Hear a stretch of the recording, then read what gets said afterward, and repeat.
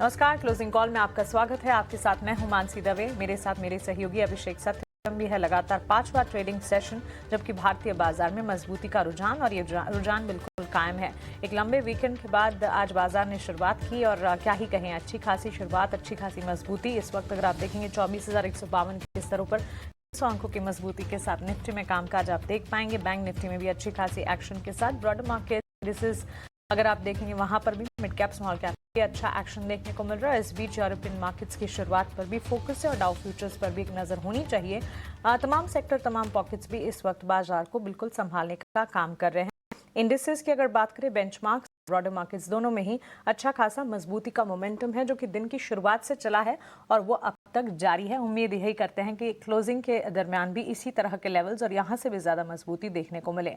आइए आपको बता देते हैं कि आने वाले 1.5 घंटे में क्या कुछ है आपके लिए खास, क्या कुछ लेकर आएंगे हम क्लोजिंग कॉल में आपके लिए ऑन द शो। आपकी स्क्रीन पर 2:05 पर मार्केट चेक लेंगे, जहां हम आपको बताएंगे कि क्या रणनीति इस वक्त आपको बाजार में बनानी चाहिए।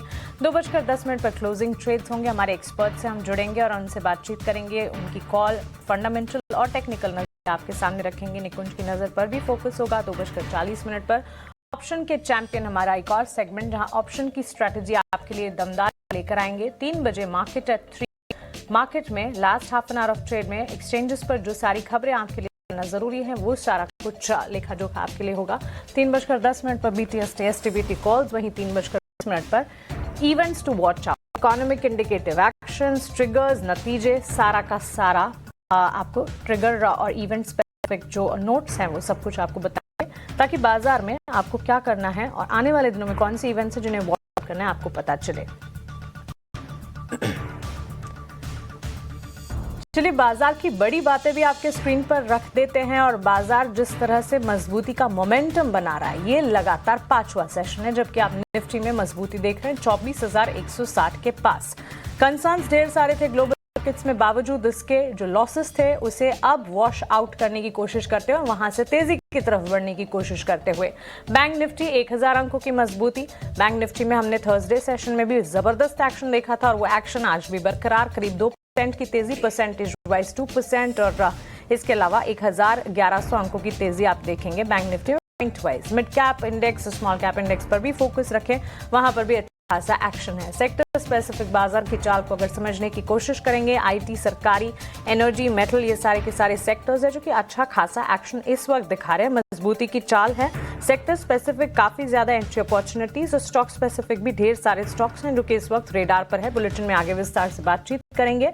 अगर कमजोरी की साइड देखेंगे, कंजम्पशन का एक स्पेस है, एक सेक्टर है कंजम्पशन का खेमा जो कि इस वक्त कमजोर, HUL, ITC जैसे काउंटर्स जहां पर का दबाव।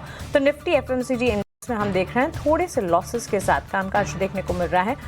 इसके फ्लिप साइड हम देखें कि सारे के सारे सेक्टर्स अच्छा खासा एक्शन दिखा रहे हैं। FMCG को अगर साइड में रखें, FMCG को अगर छोड़ देते हैं तो IT, एनर्जी, मेटल, बैंक और रियल्टी, ये सारे के सारे सेक्टर्स है जहां पर अच्छा खासा एक्शन देखने को मिल रहा है। लेकिन 24,150 के पास जहां निफ्टी में अच्छा खासा मजबूती का मोमेंटम है और आउट परफॉर्मेंस बैंक निफ्टी में है, इसमें इंडेक्स वाइज भी स्ट्रैटेजी बनानी चाहिए, सेक्टर वाइज और स्टॉक वाइज भी।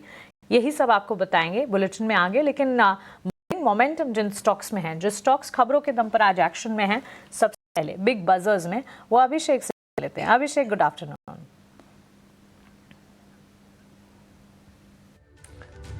Mansi, good afternoon. आपने कहा कि क्या ही कहें, मेरे भी उद्गार कुछ ऐसे ही हैं कि क्या ही कहें इस तेजी को लेकर।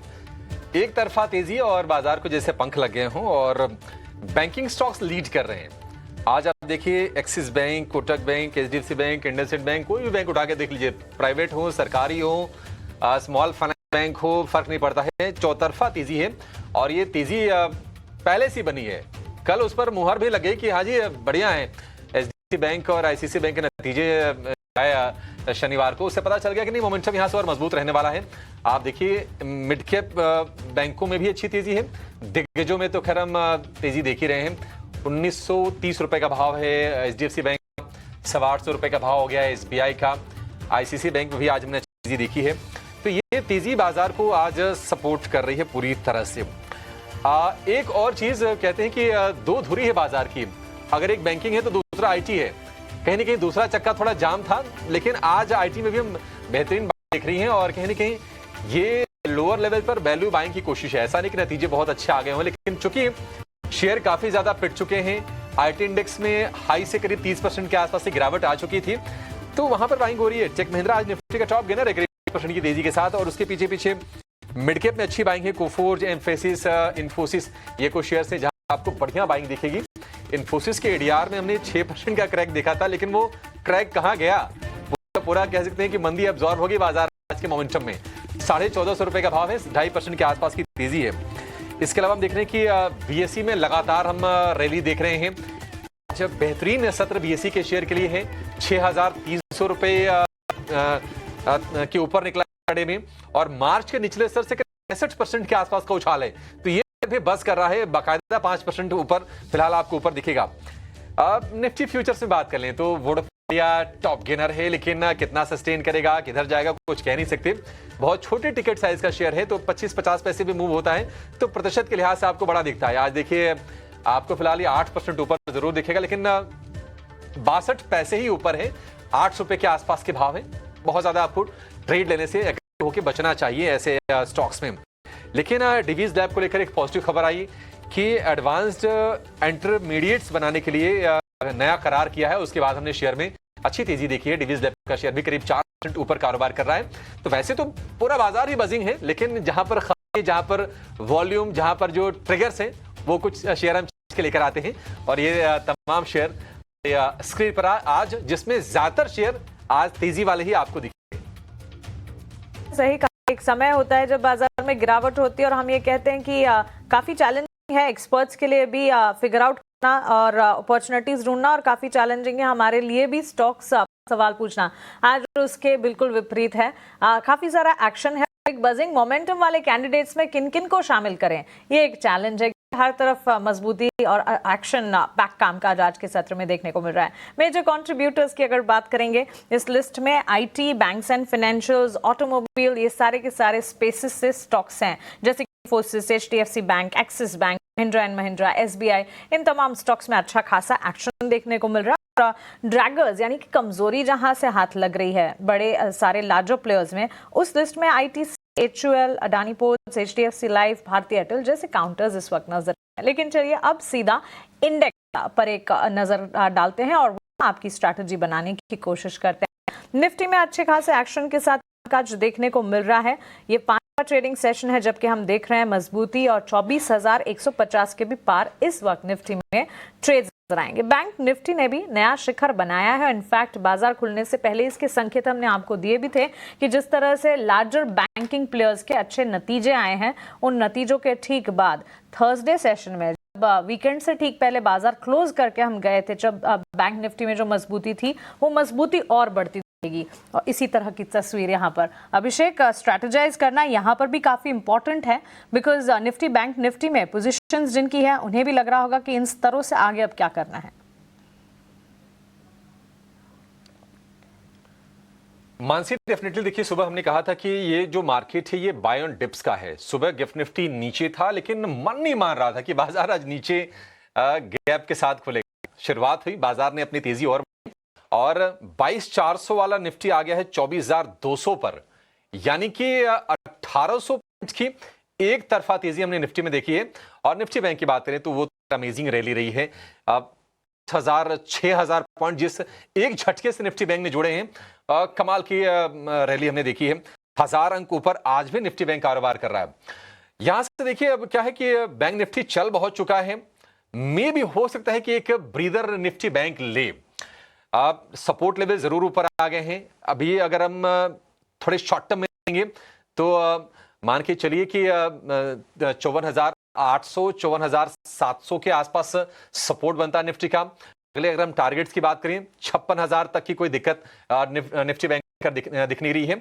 तो ये 1200-1300 अंकों के आसपास का निफ्टी बैंक के लिए रहेगा। हो सकता है कि निफ्टी थोड़ा सा यहां से कूल डाउन हो, क्योंकि पॉजिटिव जो आने थे वो एंटीसिपेटेड भी थे, बाजार ने उसका अंदाजा लगाया था, और चल बहुत गए हैं शेयर। दिग्गज हो, मिड कैप हो, छोटे बैंक हो, सारे के सारे चले हैं। और निफ्टी से अगर इसको तुलना करें मानसी, तो निफ्टी की जो तेजी रही है अभी भी अपने रिकॉर्ड हाई से करीब 8% के आसपास की दूरी है। तो निफ्टी में गुंजाइश है, और निफ्टी में जो पैक वेटेज के लिहाज से बड़ा है, करीब 17% के आसपास का वेटेज आईटी का, लेकिन आईटी स्टॉक्स चले नहीं। आज हम तेजी देख रहे हैं। अगर ये आईटी की तेजी थोड़ी टिक जा रही है, अगर ये वैल्यू बाइंग जारी रहती है, हालांकि इसको लेकर मेरे मन में प्रश्न है कि ये कितनी टिकेगी कितनी नहीं टिकेगी, क्योंकि डायरेक्ट इसका लिंकेज यूएस। एक जो कंफर्टिंग फैक्टर आपके लिए वो है वैल्यूएशन। काफी बढ़िया वैल्यूएशन हो गए हैं और उसके बाद आज हम देख रहे हैं कि बाइंग हो रही है। तो यहां से अगर हम टारगेट की बात करें, अगर निफ्टी के तो 24,500 24,800 तक के रास्ते तो में दिख रहे हैं। सपोर्ट्स की बात करें, यहां से अब सपोर्ट भी शिफ्ट होके 24,000 पर आ गया है और मतलब थोड़ा सा अगर मजबूत सपोर्ट की बात करें 23,800, ये मान के चलिए कि 23,800 सुरक्षित है। और मूड और माहौल जो है निश्चित तौर पर वो बाय ऑन डिप्स का, इसमें कोई दो राय नहीं है। स्ट्रेंथ है बाजार में।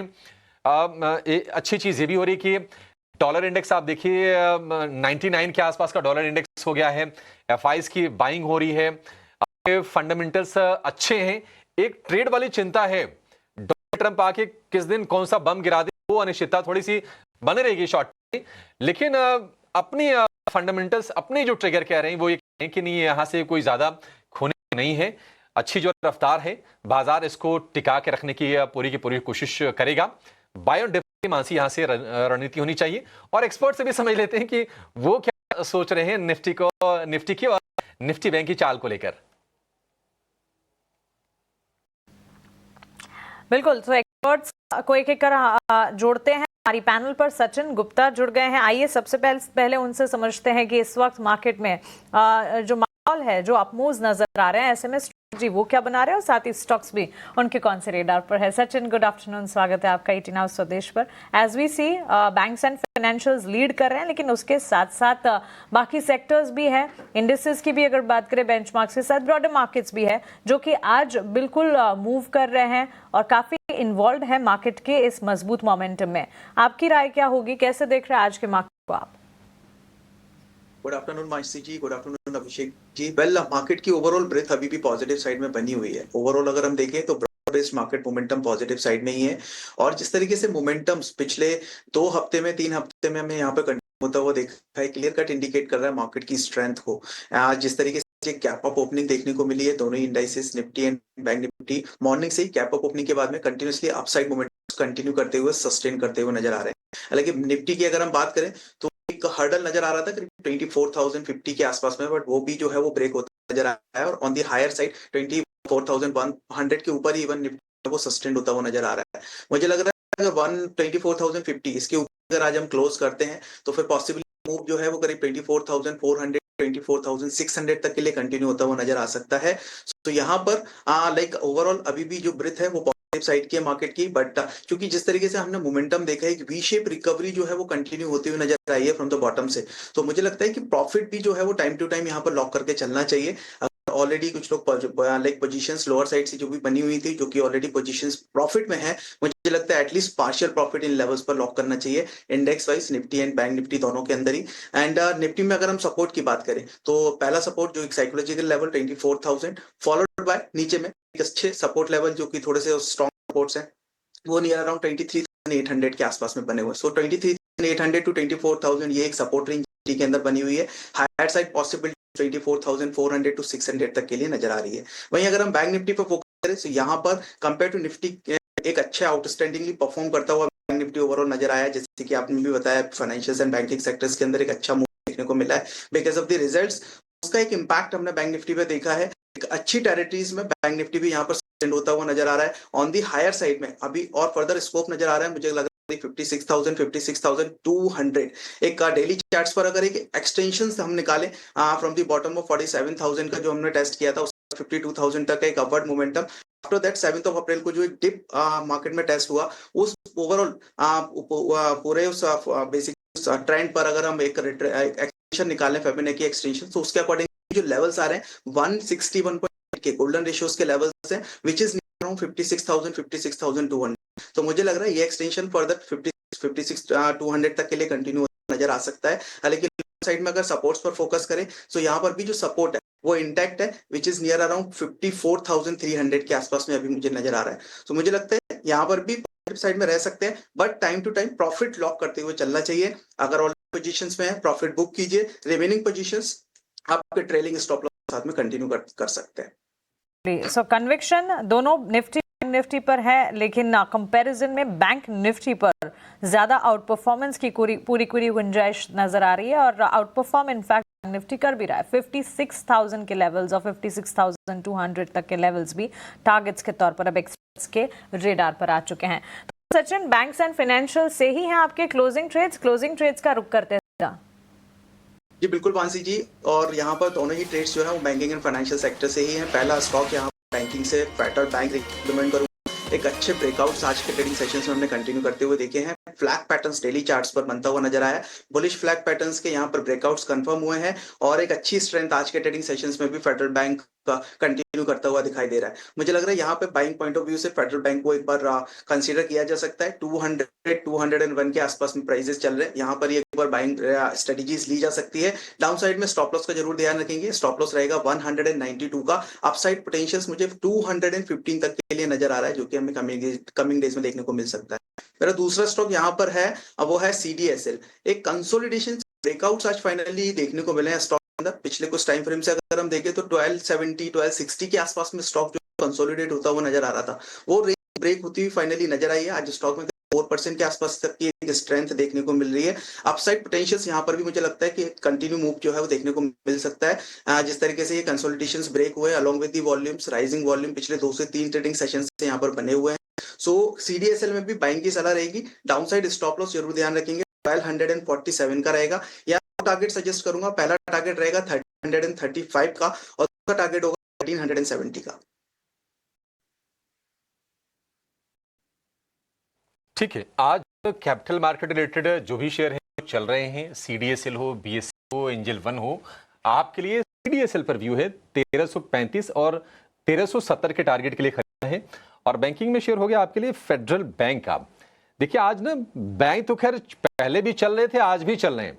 नया ये है कि IT का पार्टिसिपेशन बाजार में आज आ गया है और IT के साथ एक और खेमा जो थोड़ा लैकलस्टर था, वहां से भी पार्टिसिपेशन हम देख रहे हैं और वो है ऑटोज का। आज आप देखेंगे कि हीरो मोटो चल रहा है, बजाज ऑटो के शेयर में तेजी हम देख रहे हैं। महिंद्रा एंड महिंद्रा में भी ठीक ठाक 2-2.5% के आसपास की तेजी है और ये सारे के सारे शेयर निफ्टी के टॉप गेनर्स में शामिल भी हैं। तो ऑटो से भी मूड थोड़ा अच्छा हो रहा है, कंजम्पशन वाली चीजों में बाइंग हो रही है। RBI ने देखिए रेट कट किया था, ट्रांसमिशन होते होते थोड़ा लंबा समय लगता है, लेकिन मे भी थोड़ा सा एंटिसिपेट करके बाइंग आ जाती है कई बार।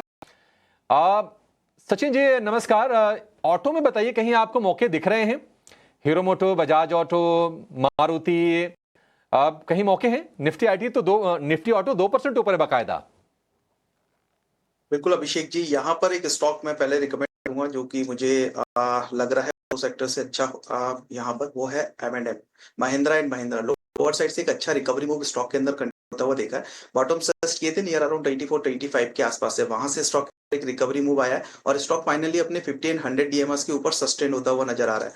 मुझे लग रहा है ये फर्दर मोमेंटम अपसाइड में एक्सटेंड होता हुआ नजर आ सकता है। कमिंग डेज में जो टारगेट्स हो सकते हैं वो करीब 28-2900 तक के हो सकते हैं, जो कि हमें देखने को मिले। लोअर साइड में एक सपोर्ट लेवल जरूर बना हुआ है जिसको हम एक as an stop loss consider कर सकते हैं विद नियर अराउंड 2670। अगर कोई बाइंग पोजीशंस यहां से लेता भी है करंट प्राइस से, 2670 का स्टॉप लॉस कंसीडर किया जा सकता है। अपसाइड पोटेंशियल 2850-2900 तक के लिए देखने को मिल सकता है।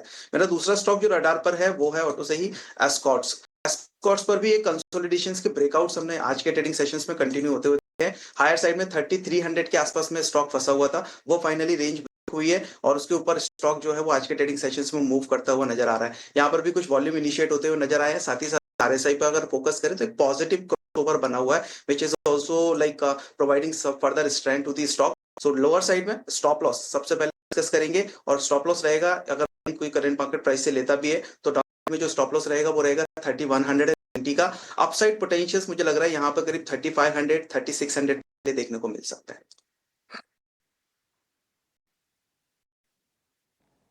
35-36 M&M 3200 रुपए के आसपास के भाव से ये गिरा था, गिर के 2600 रुपए के आसपास या उसके नीचे थोड़ा आया था, वहां से भी करेक्शन यहाँ से सुधार वाले प्रकार में है ये M&M का शेयर, और इसमें 3% की तेजी आज सत्र में देख रहे हैं। सचिन जी, एक शेयर पर व्यू दीजिए, थोड़ा मुश्किल होता है जवाब उस पर, लेकिन लोगों के मन में सवाल है तो मैं बीच में आके आपसे पूछ रहा हूं। वोडाफोन आइडिया आज करीब 8 से 9% ऊपर है ये, इस तेजी पर आप ट्रस्ट करके यहां से कोई ट्रेड लेने की सलाह देंगे? देखिए, यूजुअली ये स्टॉक ओवरऑल अगर हम देखें प्योरली टेक्निकल बेसिस पे, तो डेली हो, मंथली हो या वीकली चार्ट हो, सभी पूरे टाइम फ्रेम पर जो है वो एक वीक परफॉर्मेंस ही दिखाता हुआ नजर आया। अभी भी जो है स्टॉक अपने बेयरिश ट्रेंड में, बट क्योंकि इसमें जो है वो लाइक न्यूज बेस्ड ज्यादा रहता है और कुछ भी पॉजिटिव न्यूज फ्लो मिलता है तो स्टॉक जो है वो आउट परफॉर्म करता हुआ दिखता है। आज के ट्रेडिंग सेशन में भी करीब 10% का गेन है। अगर देखिए पिछले 2 ट्रेडिंग सेशंस के वॉल्यूम्स, तो डेफिनेटली वॉल्यूम्स इनिशिएट होते हुए नजर आए, but on the higher side में अगेन मल्टीपल हर्डल्स हैं, मल्टीपल रेजिस्टेंस जोन है। और अगर प्योरली टेक्निकल बेसिस में मैं यहाँ पर देखूं तो मुझे लगता है कि ये रैली जो है वो टिकाऊ हो सकती है अगर स्टॉक प्राइसेस 8.40 के लेवल्स के ऊपर सस्टेन होते हैं। 8.40 अभी के लिए एक इंपॉर्टेंट हर्डल स्टॉक के लिए बना हुआ है, और 8.40 8.50 अगर हम कंसीडर कर सकते हैं तो ₹8.5 के ऊपर अगर स्टॉक सस्टेन होता है तो फिर पॉसिबिलिटीज बनेगी कि 9 और 9.50 तक के लेवल्स को टेस्ट करता हुआ नजर आए। एंड अभी के लिए वही एक इंपॉर्टेंट हर्डल है जिसको कंसीडर किया जा सकता है एज एन रेजिस्टेंस। नजरिया और सचिन की तरफ से उनके स्टॉक स्पेसिफिक रिकमेंडेशंस आपके सामने, लेकिन हमारे साथ हमारी फंडामेंटल पैनल पर भी एक्सपर्ट हैं AUM कैपिटल के head of research Rajesh Agarwal ji अब हमारे साथ हैं। राजेश जी, गुड आफ्टरनून, स्वागत है आपका ET नाउ स्विच पर। मार्केट में अच्छी खासी मजबूती, और इस मजबूती में सबसे पहले जो 2 सेक्टर्स की बात लगातार हो रही है वो है बैंक्स एंड फाइनेंशियल्स और IT सेक्टर, बिकॉज दोनों ही सेक्टर ने कमान संभाली है। बैंक्स और फाइनेंशियल्स ने तो आउट परफॉर्म लगातार 3 से 4 ट्रेडिंग सेशन से किया है। कैसे देख रहे हैं फंडामेंटली आप मार्केट्स को, और आपके हिसाब से इस वक्त कौन से सेक्टर्स हैं जिन पर नजर होनी चाहिए? गुड आफ्टरनून मानसी जी, आशीष जी और में जो मित्रगण हैं सबको नमस्कार। मार्केट देखिए वैसे तो अच्छा है, बट लास्ट 3 दिन में, पिछले हफ्ते 3 दिन में और आज चौथा दिन है जो इस तरह की तोड़ तेजी दिखा रही है। तो मैं ये मान के चलता हूँ कि थोड़ी बहुत प्रॉफिट बुकिंग आ सकती है, बट ऐसे कोई फंडामेंटली कमजोरी अभी इस वक्त दिख रही नहीं है। बावजूद इसके कि ट्रम्प टैरिफ को लेकर के बहुत सारी चिंताएं थी जो अब थोड़ी सी सब्सिडाइज होती जा रही है। अगर हम अपने भारत के मैक्रो इकोनॉमिक पर ध्यान दें तो करंट अकाउंट डेफिसिट जो है 1% की GDP से भी कम है। फिस्कल डेफिसिट कंट्रोल में है। बैंकिंग सिस्टम बहुत शानदार है, फिर वो चाहे NPAs की तरफ को लेकर के हो या बैलेंस शीट को लेकर के हो। Debt to GDP ratio comfortable 70% के 78% के लेवल पे है, और इन्फ्लेशन कंट्रोल में आता जा रहा है। कॉर्पोरेट नंबर्स आने वाले दिनों में सुधार होता हुआ नजर आ रहा है, क्योंकि कुछ डिमांड बढ़ती हुई नजर आएगी, कुछ RBI ने कदम बढ़ाए हैं रेट कट्स के। तो इन सब चीजों के मद्देनजर मुझे लगता है कि अगर कोई मध्यम से लंबी अवधि का जरिया ले तो बहुत शानदार रिटर्न्स आ सकते हैं। थोड़ी की बात की जाए तो इस समय कई इकोनॉमीज की PMI की मीटिंग है, IMF की मीटिंग है, टैरिफ के अपडेट्स पे ध्यान देना होगा, और रिजल्ट्स का सीजन चूंकि चालू हो गया है तो बहुत रिजल्ट्स आने वाले हैं। सबसे पॉजिटिव बात यह है कि FI ने बाइंग करनी चालू कर दी है। पिछले हफ्ते भी अगर आप देखोगे तो 14,670 करोड़ के आसपास की बाइंग हुई है, जो अपने आप में एक पॉजिटिव कही जा सकती है, खास करके इस बात के मद्देनजर की सेंटिमेंट में सुधार लाती है। तो सारी चीजें पॉजिटिव है। बीच में थोड़ा बहुत करेक्शन आ सकता है, वो अलग बात है, बट उसे एक अपॉर्चुनिटी की तरह लेनी चाहिए निवेश के लिए। Thanks for that fundamental take. तो चलिए, बाजार पर स्ट्रैटेजी भी और साथ ही फंडामेंटल आउटलुक ओवरऑल सेक्टर पर में मिल गया है। ऑन दिस नोट एक छोटे से ब्रेक के लिए हम रुक रहे हैं, लेकिन ब्रेक के उस पार जब वापस लौटेंगे तो बिग एक्शन स्टॉक्स भी आपके लिए लेकर आएंगे। मेरे सहयोगी गौरव हमारे साथ जुड़ गए हैं बिग एक्शन स्टॉक्स की पूरी सूची लेकर। गौरव, गुड आफ्टरनून, बताइए।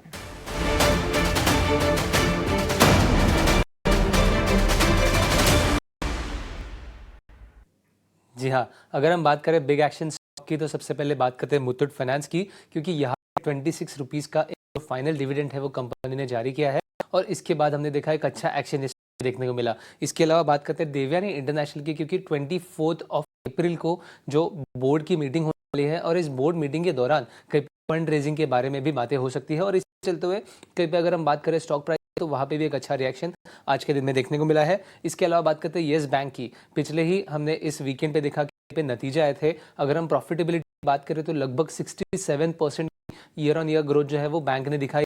हालांकि अगर हम बात करें एडवांसेस ग्रोथ की, तो पे एक छोटा नंबर देखने को मिला, बट जाके बैंक का कहना यह है कि 12 to 15% पे जो एडवांसेस ग्रोथ है वो हो सकती है। ये जो आरओए का टारगेट है वो 1% का दिया है। इसके चलते येस बैंक में भी काफ़ी अच्छी तेजी देखने को मिली। इसके अलावा बात करते हैं कोफोज की, यहाँ पे एक बल्क डील जो है वो हमें देखने को मिली थी। मोतीलाल ओसवाल म्यूचुअल फंड्स ने लगभग 3.5 लाख शेयर जो है वो खरीदे थे कोफोज के। और इसके बाद आज के दिन में अगर हम बात करें तो आज के दिन में एक अच्छी तेजी इस स्टॉक में भी देखने को मिल रही है।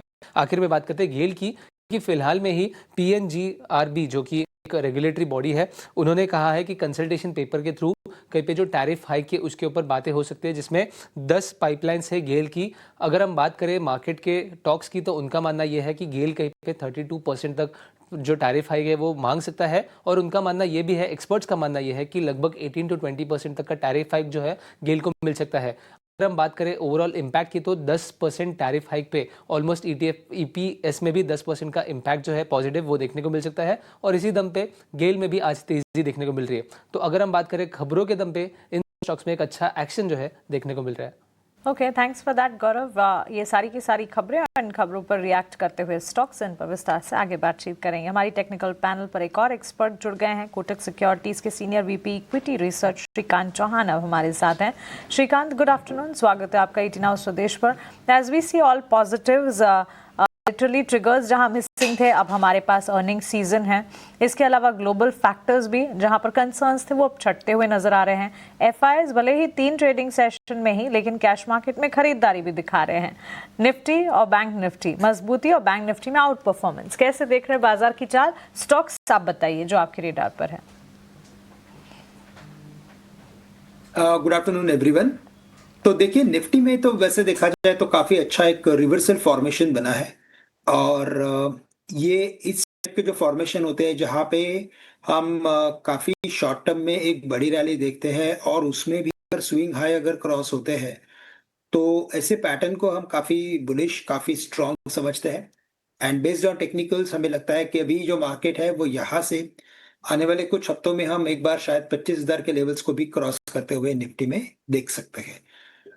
शॉर्ट टर्म में काफी मार्केट चल चुका है। आज भी अगर हम देखें तो मार्केट ने काफी कॉन्फिडेंटली 24,000 के ऊपर की एक्टिविटी दिखाई है।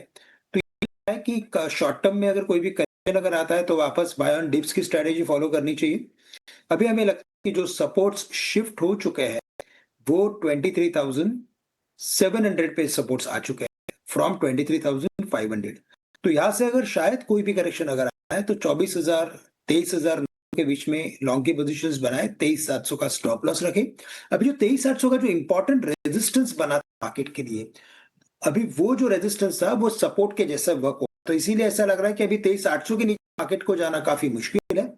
और हायर लेवल्स पे हम इवेंचुअली 25,000 के लेवल्स देखेंगे, लेकिन वेरी शॉर्ट में मुझे लगता है कि एक बार हम शायद 24,500 के करीब मार्केट को थोड़ा सा कंसोलिडेट होते हुए देख सकते हैं। स्टॉक्स की बात करें तो स्टॉक्स में मैंने देखा है कि वैसे देखा जाए तो कई सारे स्टॉक्स परफॉर्मेंस दिखा रहे हैं, लेकिन स्पेसिफिकली अगर किसी एक या दो स्टॉक पे बात करनी है तो मैं कहूंगा कि SBI कार्ड्स, इन लेवल्स पे भी हम लॉन्ग की पोजीशंस बना सकते हैं। एक काफी बड़ी टेक्निकल ब्रेकआउट में आया हुआ ये स्टॉक है। आज थोड़ा सा करेक्शन हायर लेवल से, लेकिन हमें लगता है कि ये करेक्शन अपॉर्चुनिटी है to create long positions. Eventually लगता है हमें स्टॉक की, ये स्टॉक 1,000 रुपए तक दिखा सकता है। तो करंट लेवल से SBI कार्ड्स को खरीदे 908 910 में। स्टॉप लॉस यहाँ पे रखे 890 का, टारगेट नजर आते हैं 1,000 रुपए के। एंड वेरी शॉर्ट टर्म के लिए कोई और एक स्टॉक अगर लेना है तो मैं यहाँ पे कहूंगा कि एक हडको में लॉन्ग पोजीशंस बनाई जा सकती है जो 233 234 के करीब ट्रेड कर रहा है।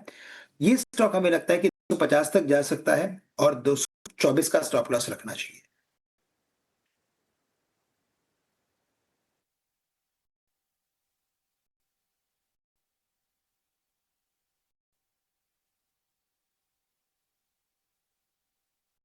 कार्ड 1,000 के ट्रेड 890 रुपए के स्टॉप लॉस के साथ इसमें आपको ट्रेड करने की सलाह है श्रीकांत जी की तरफ से। ये व्यू जी, बहुत शुक्रिया आपका समय देने के लिए। राजेश सर, आपका भी बहुत बहुत शुक्रिया हमारे साथ जुड़ने के लिए। आज बैंकिंग की बात चल रही थी, एक बार इंडसइंड बैंक पर भी आपसे व्यू चाहिए, क्योंकि इंडसइंड बैंक में हम देख रहे हैं कि मार्च के जो लोज थे 606 रुपए के, वहां से करीब करीब 35 से 40% के आसपास रिकवरी आ गई है। ब्रोकरेज हाउसेस के व्यू अच्छे हो रहे हैं, करेक्टिव एक्शन भी लिए हैं अपने डेरिवेटिव पोर्टफोलियो को लेकर इंडसइंड बैंक ने। अब 800 सवा 800 रुपए की 700 रुपए का शेयर हो गया। राजेश जी, क्या लगता है कि जो नेगेटिव्स थे वो सारे पीछे छूट गए, तनाव खत्म है, या फिर चिंताएं हैं, बस ये प्राइस थोड़े अपडेट हो गए?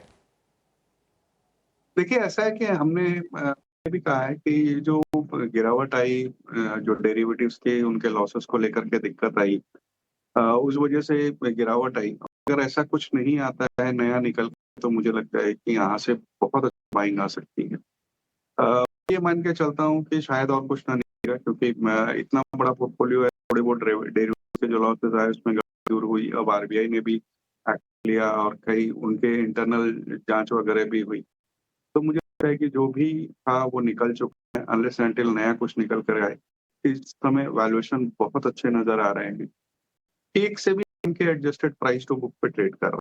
तो मेरा ये मानना है कि अगर आप किसी को रिस्क एपेटाइट अच्छी हो तो कम से कम 5-7% अपने पोर्टफोलियो का इसमें एक्सपोजर ले सकता है।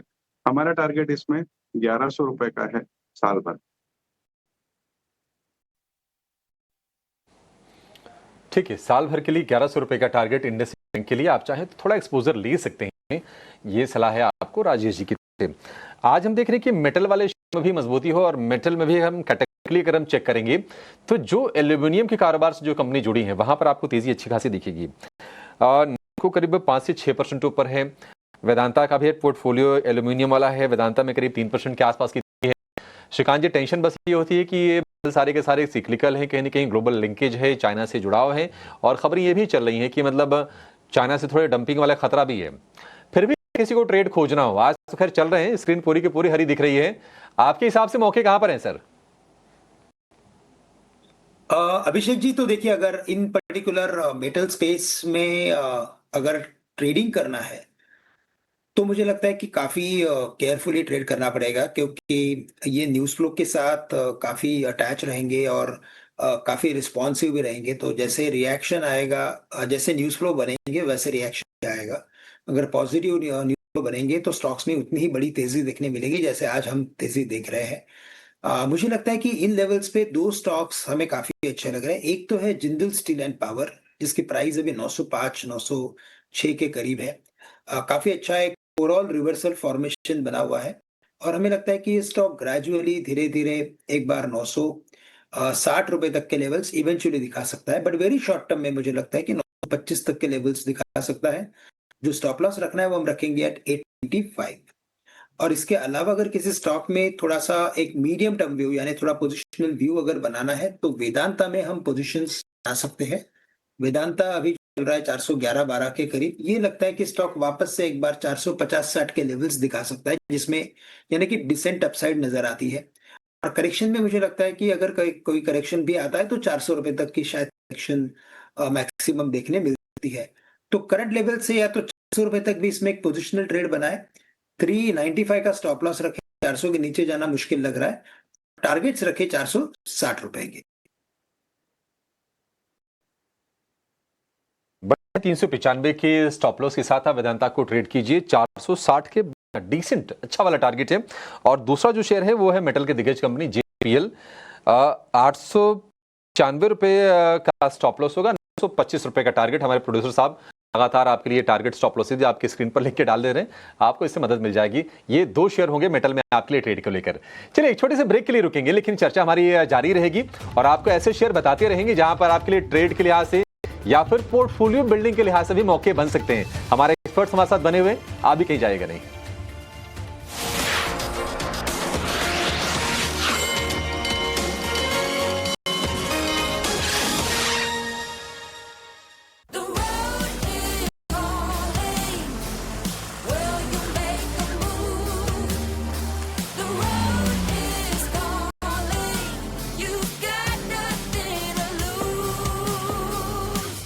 Beyond better, the new Tiguan R-Line. Volkswagen. कल जॉब इंटरव्यू है, जरा संभाल के। भरोसा रखो सर, ऐसा हेयर कट करूंगा नौकरी पक्की।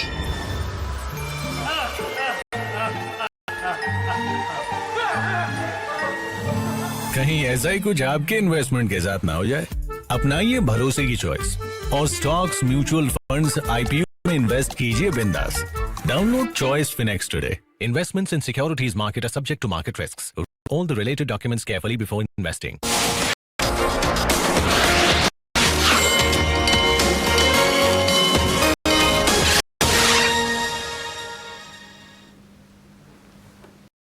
ब्रेक के बाद स्वागत है आपका। मेजर कंट्रीब्यूटर्स की लिस्ट में बैंक्स एंड फाइनेंशियल, साथ ही आईटी सेक्टर और साथ ही एफएमसीजी पैक के खिलाड़ी, जहां पर बिकवाली का दबाव 24,130 के लेवल्स पर इस वक्त निफ्टी में करीब 300 अंकों की मजबूती और निफ्टी पर भी नजर होनी चाहिए। एडवांस डिक्लाइन रेशियोज में क्लियरली एडवांसेस का पलड़ा भारी बाजार की तेजी के साथ, और साथ ही विक्स फेयर इंडिकेटर पर भी फोकस कंफर्ट लेवल्स के आसपास पहुंचा हुआ लास्ट वीक ही दिखा था, और आज के सत्र में भी इंडिया विक्स कहां पर है इस पर लगातार आपकी नजर होनी चाहिए। All in all positive setup market का। सचिन, जहां आप एक्सचेंज एंसेलरी से जुड़े एक स्टॉक पर फोकस कर रहे थे अपने क्लोजिंग ट्रेड्स में, सीडीएसएल पर आपने राय दी। एक्सचेंज एंसेलरीज में ही बीएसई लिमिटेड में जबरदस्त एक्शन देखने को मिला है और बढ़िया तेजी आज के सत्र में है। इनफैक्ट 6000 के लेवल्स के आसपास ये स्टॉक ट्रेड करता हुआ। एंट्री अपॉर्चुनिटीज पिछले दिनों जब मार्केट में गिरावट थी तब मिली भी थी, लेकिन अब यहाँ से जिनकी पोजीशंस हैं उन्हें क्या करना चाहिए? बीएसई लिमिटेड मानसी जी एक अच्छी स्ट्रेंथ बनी हुई है और मुझे लगता है जिनकी पोजीशंस ऑलरेडी स्टॉक के अंदर है वो पार्शियली प्रॉफिट इन लेवल्स पर लॉक कीजिए। रिमेनिंग पोजीशंस में एक स्टॉक सजेस्ट करूंगा जो कि रहेगा करीब 5870 के अराउंड। 5870 के स्टॉप लॉस के साथ में पोजीशंस में वेट कीजिए। पार्शियल प्रॉफिट इन लेवल्स पर लॉक कीजिए, बिकॉज हो सकता है कि एक बार 6000 तक के लिए वापस से हमें एक प्रॉफिट बुकिंग के चलते एक डिप देखने को मिले। सो करंट मार्केट प्राइस पे पार्शियल प्रॉफिट लॉक करने की सलाह रहेगी। रेस्ट ऑफ द पोजीशंस 5870 साथ में होल्ड करने की सलाह रहेगी। 6000 के आसपास में अगर कोई डिप मिलती भी तो वहां से एक रिबाउंड देखने को मिल सकता है और अप साइड में फिर नेक्स्ट टारगेट्स रहेंगे वो करीब 6400 टू 6500 तक के देखने को मिल सकता है। बिल्कुल। सो पार्शियल प्रॉफिट लॉक करने की भी सलाह मिली हुई। 6265 के लेवल्स शुरुआत जब हमने की थी मार्केट की और half an hour of trade में, फर्स्ट 1 आवर ऑफ ट्रेड में 6000 तक के लेवल्स थे और वहां से इस वक्त एट डे हाई ये स्टॉक ट्रेड करता हुआ। अभिषेक, वैसे तो लास्ट वीक ही बीएसई लिमिटेड की एनिवर्सरी भी थी। The largest exchange, the most traditional exchange के तौर पर माना जाने वाला बीएसई लिमिटेड निवेश के लिहाज से वन सच जो लगातार दोनों ही, चाहे फिर टेक्निकल एक्सपर्ट्स हो छोटी अवधि के लिए भी या फंडामेंटल एक्सपर्ट्स हो लार्जर प्ले के लिए भी माना जाता है।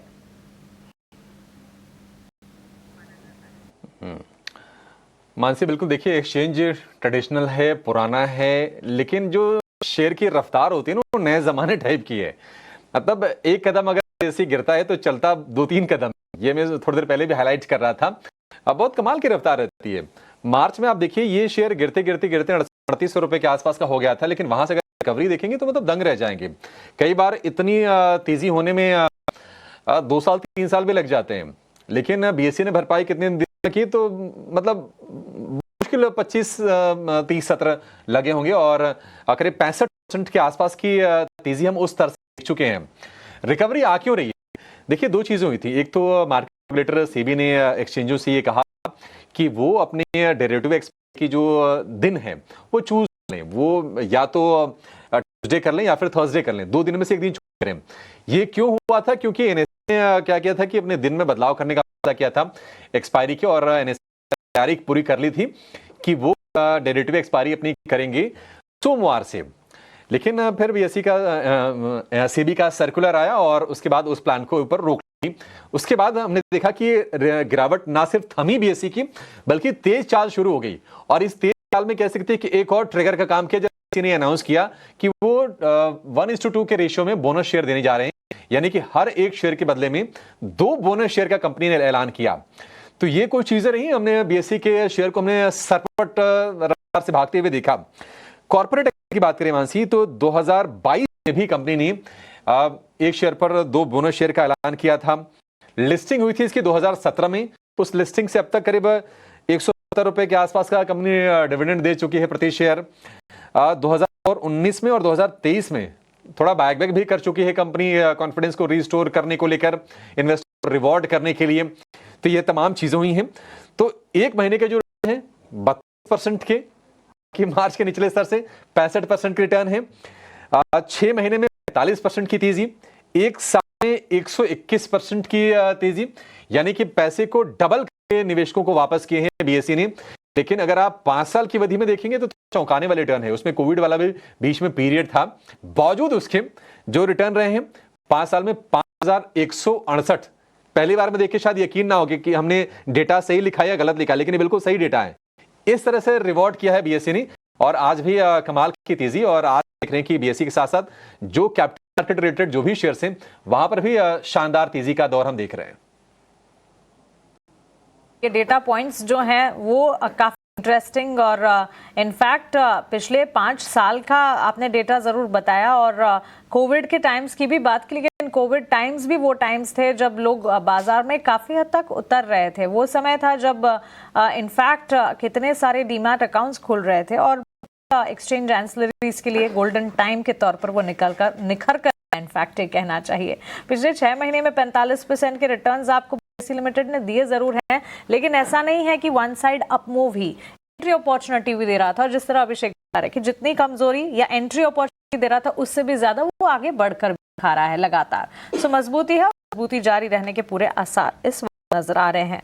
इस बीच मिड कैप के प्लेयर्स की अगर बात करें, कुछ तमाम स्टॉक्स जो मिड कैप में भी परफॉर्म कर पा रहे हैं, इन पर भी नजर होनी चाहिए। और इसमें ऑटो एंसिलरी जैसे स्पेसेस हैं, और साथ ही आईटी बैंक्स भी आपको छोटी डॉली मिल जाएंगी जहां पर एंट्री अपॉर्चुनिटी अच्छी खासी मिलती हुई नजर आ रही है। ऐसे में एचडीएफसी एएमसी के स्टॉक को देखना चाहिए। इसके अलावा नाको में अच्छी खासी मजबूती का एक्शन देखने को मिल रहा है, और साथ साथ अगर आप देखिए एयू स्मॉल फाइनेंस बैंक, इस स्टॉक में भी अच्छी खासी मजबूती। गोल्ड फाइनेंसिंग काउंटर्स पर श्रीकांत जी एक राय आपसे भी जानना चाहेंगे, मुथूट फाइनेंस, मन्नपुरम फाइनेंस और साथ ही ज्वेलरी स्पेस, बिकॉज इन दिनों बुलियन मार्केट भी है। इक्विटी मार्केट में तो हमने वॉलेटाइल मूव्स वहां से तेजी देखी, लेकिन सोने चांदी की चाल तो एक तरफा तेजी की तरफ बढ़ रही है।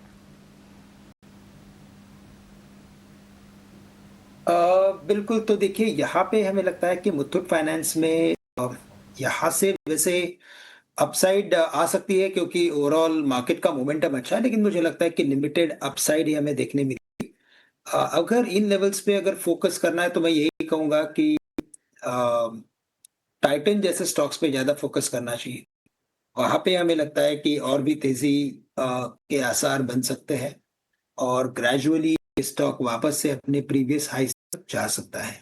बट गोल्ड फाइनेंसिंग जो कंपनीज है वहां हमें लगता है कि अपसाइड थोड़ी लिमिटेड है, और करंट लेवल्स पे अगर उन्हें ऐड करना है तो मैं कहूंगा कि थोड़ा कॉशियस रहे। अगर कोई करेक्शन आता है तो हम इनमें लॉन्ग पोजीशंस बना सकते हैं, कुछ खरीदारी की जा सकती है, लेकिन करंट लेवल से अवॉइड करें। वॉच लिस्ट में रखा जाए, पोजीशंस है उसे बरकरार जरूर रख सकते हैं गोल्ड फाइनेंसिंग में, लेकिन अगर इस प्लेस और इस सेगमेंट को प्ले करना ही है तो ज्वेलरी काउंटर्स पर नजर रखनी चाहिए, टाइटन जैसे स्टॉक्स पर नजर रखनी चाहिए। हमारे साथ सेंट्रम ब्रोकिंग के नीलेश जैन जुड़ गए हमारी पैनल पर। नीलेश, गुड आफ्टरनून, स्वागत है आपका 18 आवर्स स्वदेश पर। बताइए कौन से स्टॉक्स हैं आपके रेडार पर as closing trades? Very good afternoon Mansi. बिल्कुल, देखिए खरीदारी पर फोकस है, जिस हिसाब से मार्केट में एक मोमेंटम बना हुआ है, और जहाँ पे बैंक निफ्टी एक नए रिकॉर्ड हाई पर पहुंच चुका है, और निफ्टी भी यहाँ पे एक मूव दिखाता हुआ नजर आ रहा है on the back of participation from the Nifty IT index. तो यहाँ पर खरीदारी पर फोकस है। सबसे पहले खरीदने की सलाह होगी रियल्टी स्पेस में से प्रेस्टीज इस पर्टिकुलर स्टॉक में काफी अच्छा बेस फॉर्मेशन बना है, और यहाँ पर एक फॉलो एक्सपेक्ट करके चल रहे हैं 1300 तक की रेंज में।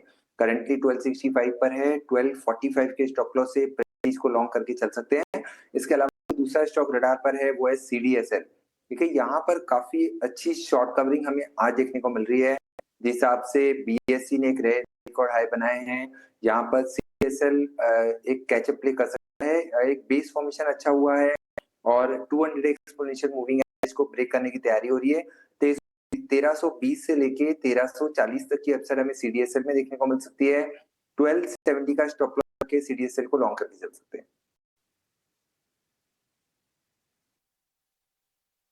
1270 का स्टॉप लॉस, 1340 के टारगेट हो गए। सीडीएसएल के लिए 4% की ऑलरेडी तेजी हम देख रहे हैं। बढ़िया है, ये 2 शेयर हो गए आपके लिए हमारे एक्सपर्ट की तरफ से, नीलेश जी की तरफ से। एक इस बीच खबर आ रही है पीएसयूज को लेकर, एक्सक्लूसिव खबर है, वो खबर ये है कि पीएसयूज की ग्रीन सब्सिडरी की लिस्टिंग को लेकर सरकार ने कुछ तैयारी की है, प्रोसेस को थोड़ा धीमा किया जा सकता है। ऐसा क्यों है, ये जरा समझते हैं। हमारे सहयोगी प्रकाश प्रियदर्शी हमारे साथ जुड़ गए हैं। प्रकाश, क्या है सरकार का मकसद इसके पीछे, क्यों सरकार ऐसा सोच रही है? देखिए, पीएसयूज के पॉइंट ऑफ व्यू से काफी इंपॉर्टेंट डेवलपमेंट है। सूत्र हमें बता रहे हैं कि जो कई पीएसयूज के जो ग्रीन बिजनेस हैं उसकी जो लिस्टिंग की प्रक्रिया है उसमें देरी हो सकती है। सूत्र हमें बता रहे हैं कि सरकार ये चाहती है कि फेवरेबल मार्केट कंडीशंस होने पर ही जो लिस्टिंग की प्रक्रिया है उसमें तेजी लाई जाए। हालांकि सरकार चाहती है कि कई पीएसयूज हैं जिनके ग्रीन बिजनेस है उसको लिस्ट कराने की जरूरत है, ताकि जो वैल्यू है वो अनलॉक किया जा सकेगा, असेट क्रिएशन होगा। लिहाजा ओएनजीसी, एनएलसी और एसजेवीएन जैसी जो कंपनीज हैं वो अपने ग्रीन आर्म को लिस्ट कराना चाहती हैं। उसकी प्रक्रिया की शुरुआत भी कर दी गई है, लेकिन मौजूदा वोलेटाइल मार्केट में सरकार ये नहीं चाहती है कि जो लिस्टिंग की प्रक्रिया है उसकी शुरुआत की जाए, आईपीओ लेकर आया जाए। सरकार ये चाहती है कि एक बार मार्केट में स्थिरता आ जाए, जो करंट वोलेटिलिटी है वो कम हो जाए, उसके बाद फिर लिस्टिंग की प्रक्रिया में तेजी लाई जाए। लिहाजा पीएसयूज इस बात को लेकर काफी कॉशियस है कि सही समय पर ही मार्केट हिट किया जाएगा। इसके अलावा अगर आप देखें तो एसजेवीएन और एनएलसी ने हालांकि प्रक्रिया की शुरुआत भी कर दी है, लेकिन दीपम को ऐसा लगता है कि मौजूदा हालात फेवरेबल नहीं है। लिहाजा एक्स्ट्रा कॉशियस रहने की जरूरत है और पर्याप्त समय लेने की जरूरत है। जैसा कि आपको पता है कि एसजेवीएन की योजना है उसके हिसाब से आईपीओ के जरिए करीब 4000 करोड़ रुपए जुटाना चाहती है कंपनी अपने ग्रीन बिजनेस के लिए। साथ ही साथ एनएलसी की भी योजना है। एनएलसी ये चाहती है कि मार्केट से फंड रेज किया जाए, जो उसका जो मौजूदा कैपेसिटी है ग्रीन बिजनेस की बात करें, रिन्यूएबल एनर्जी की उसमें बढ़ोतरी हो और जो मौजूदा कैपेसिटी है वो करीब 1.4 गीगावाट का है, उसको 2030 तक बढ़ाकर कम से 6 गीगावाट कर दिया जाए। तो इन्हीं योजनाओं को ध्यान में रखते हुए पीएसयूज अपने ग्रीन बिजनेस की लिस्टिंग करना चाहते हैं, लेकिन मौजूदा मार्केट कंडीशन को ध्यान में रखते हुए प्रोसेस को डिले किया जा सकता है। प्रकाश, बहुत शुक्रिया। तो काफी क्रूशियल जानकारी है ये पीएसयूज की ग्रीन आर्म को लेकर। बढ़िया है जी सर।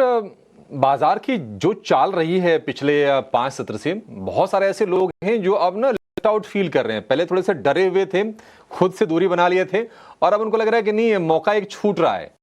ये बताइए कि अगर यहां से भी किसी को प्लान आउट करना हो, आपने भी अपने कुछ स्टॉक्स के लिस्ट शेयर किए होंगे लोगों से, आपके सगे संबंधी भी आपसे पूछ रहे होंगे कि बताइए कहां निवेश करना है। जरा हमारे दर्शकों को उसका फायदा दीजिए कि आपके हिसाब से मौके कहां हैं। और एक और जवाब दीजिए, ये आईटी की तेजी से आप कितने कन्विंस्ड हैं? क्या आपको लगता है कि रिकवर हो जाएगा, या फिर जिन ट्रेडिंग बाउंस के लिए प्ले करना उनके लिए ठीक है, निवेश के लिए भी दूर रहें? देखिए, आपने सही कहा कि जो मार्केट जिस तरीका का है उसमें कई लोगों को पहले तो सही नहीं हुआ कि बाजार इस तरीका से घूम भी सकता है, क्योंकि ट्रम्प का जो टैरिफ पे जो बात चल रही थी उसको लेके सब में भय का माहौल बना हुआ था। तो कुछ लोगों को लग रहा है कि मौका छूट गया है, कुछ लोगों को इंतजार है और गिरेगा तब लेंगे टाइप। लेकिन मेरा ये मानना हमेशा से रहा है कि बाजार में अगर आपको निवेश करना है और लंबी अवधि के लिए निवेश करना है तो मौका हर समय सही रहता है। स्टॉक एबिलिटी रहती है, 7000 लिस्टेड कंपनी है जिसमें 1500-2000 रेगुलरली ट्रेडेड, तो कुछ ना कुछ मौके लगते रहते हैं।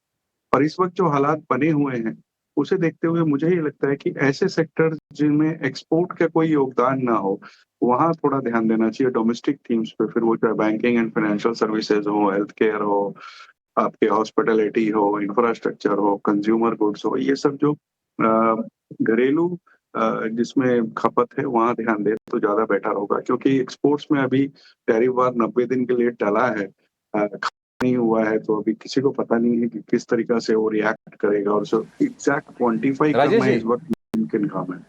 हाँ जी जी राजेश जी, सीधे शेयर बोलिए सर, लोग शेयर सुनना चाह रहे हैं और आपको बड़ी उम्मीद से देख रहे हैं। राजेश जी को शेयर बताएं, हम फटाफट अपने तैयारी करें। सर, पहला तो स्टॉक हमारा बैंकिंग से ही रहेगा। आप एचडीएफसी बैंक पे ध्यान देना चाहिए। दुनिया का एक बड़ा बैंक, स्टेबल एसेट क्वालिटी, चौथी तिमाही के जो अपडेट आए बहुत शानदार आए। कासा डिपॉजिट 6% के आसपास बढ़ गया, एयूएम एवरेज बढ़ गया, और इन सब चीजों के बावजूद देखेंगे तो पिछले 3-4 साल से चला ही नहीं है, तो 2-4-5 दिन में जो चला है वो चला है, लेकिन इसकी अपसाइड अभी भी बहुत अच्छी बनती है। इसके अलावा मिड कैप में अगर बैंकिंग स्टॉक्स में जाना हो तो बैंक ऑफ महाराष्ट्र मुझे बहुत अच्छा लगता है। तीसरी तिमाही में नतीजे अच्छे आए थे। तीसरी तिमाही में ही नहीं क्या, अगर आप पिछले 4-5 तिमाही के नतीजे देखेंगे तो लगातार शानदार नतीजे दिए हैं। तीसरी तिमाही में प्रॉफिट 1400 करोड़ के आसपास आ गया था, डिपॉजिट 13% के ऊपर की ग्रोथ आई थी, और सारे पायदान पे एसेट क्वालिटी हो चाहे बैलेंस शीट हो, सारे पायदान पे पीएसयू जो बैंकिंग है उसमें बहुत बेहतर बैठता है। और इसके अलावा इस वक्त हमें देखना हो तो मैं समझता हूँ वर्ल्ड मेटल्स पे ध्यान देना चाहिए, जो कि अपने आप में एक बहुत शानदार मेटल की कंपनी है, एक्सपेंशन पे जा रही है, माइनिंग डेवलपमेंट पे भी जा रही है, जिससे आने वाले दिनों में नंबर्स अच्छे हो जाएंगे। QIP करके उन्होंने 4000 करोड़ के आसपास रुपए उठाए हैं, तो वहाँ एक बहुत अच्छी अपॉर्चुनिटी नजर आ रही है। और एक स्टॉक जो है इस वक्त आप लोग थोड़ी देर पहले डिस्कस कर रहे थे BSE का, मैं उसे 500 रुपए के लेवल से लगातार बोलता आ रहा हूँ, और आज भी मैं समझता हूँ कि अच्छी अपसाइड हो सकती है यहाँ से भी। ये जुदा बात है कि कोई करेक्शन आ जाए, लेकिन अपसाइड बढ़िया बनती है। अगर आप देखो तो नंबर्स लगातार बेहतर होते जा रहे हैं। फ्यूचर ऑप्शंस में जो 0% का मार्केट शेयर था वो अब बढ़ता हुआ नजर आ रहा है। जो सेटलमेंट आपका मंगलवार और बृहस्पतिवार अलग अलग हो गए हैं, तो वहां से हमें लगता है कि ऑप्शंस के मार्केट में उनकी थोड़ी सी मार्केट शेयर और बढ़ जाएगा। CDSL में 15% की होल्डिंग है, गिफ्ट सिटी INX में उनकी होल्डिंग है, स्टार म्यूचुअल फंड जो एक बड़ा म्यूचुअल फंड प्लेटफॉर्म है सबसे बड़ा, वो उनके अंडर में है। कैश पॉजिटिव बैलेंस शीट है, अच्छा खासा कैश पड़ा है उसमें, और सबसे अच्छी बात है कॉर्पोरेट गवर्नेंस का कोई इशू नहीं है। आने वाले दिनों में जब मार्केट में सुधार होगा तो मुझे लगता है IPO का मार्केट फिर से वापस से चालू हो जाएगा, जिससे BSE जैसी कंपनियों को एक अच्छा फायदा होगा। आप NSE ने जो बोनस अनाउंस किए उसके बाद अगर आप देखेंगे तो कम से कम 50 से 60% की बात हो गई उन लेवल से, और BSE अभी वापस अपने वही 6 के लेवल्स पे आया है जो कि मार्केट क्रैश के पहले था। तो मुझे लगता है करेक्शन भले हो जाए लेकिन अपसाइड बहुत बनता है।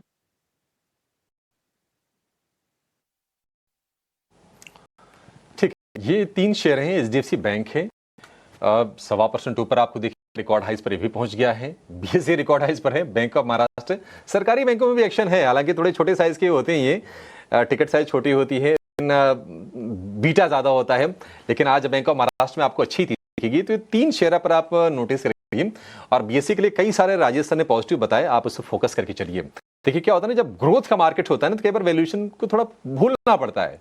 90 का P है, लेकिन उसके जो पॉजिटिव्स हैं जो यहाँ से और ग्रोथ को ट्रिगर कर सकते हैं, वो ट्रिगर कई सारे हैं, तो उस पर आप फोकस करके चलिए। चलिए छोटे से ब्रेक के लिए यहाँ पर रुकेंगे, और ब्रेक के बाद लौटेंगे तो कुछ और शेयरों पर भी फोकस करेंगे जहां पर आपके लिए शानदार मौके बन सकते हैं, आप कहीं जाएगा नहीं।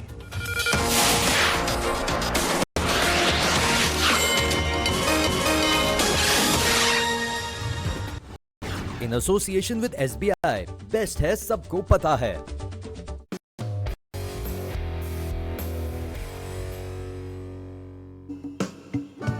जिंदगी एक म्यूजिक की तरह होनी चाहिए।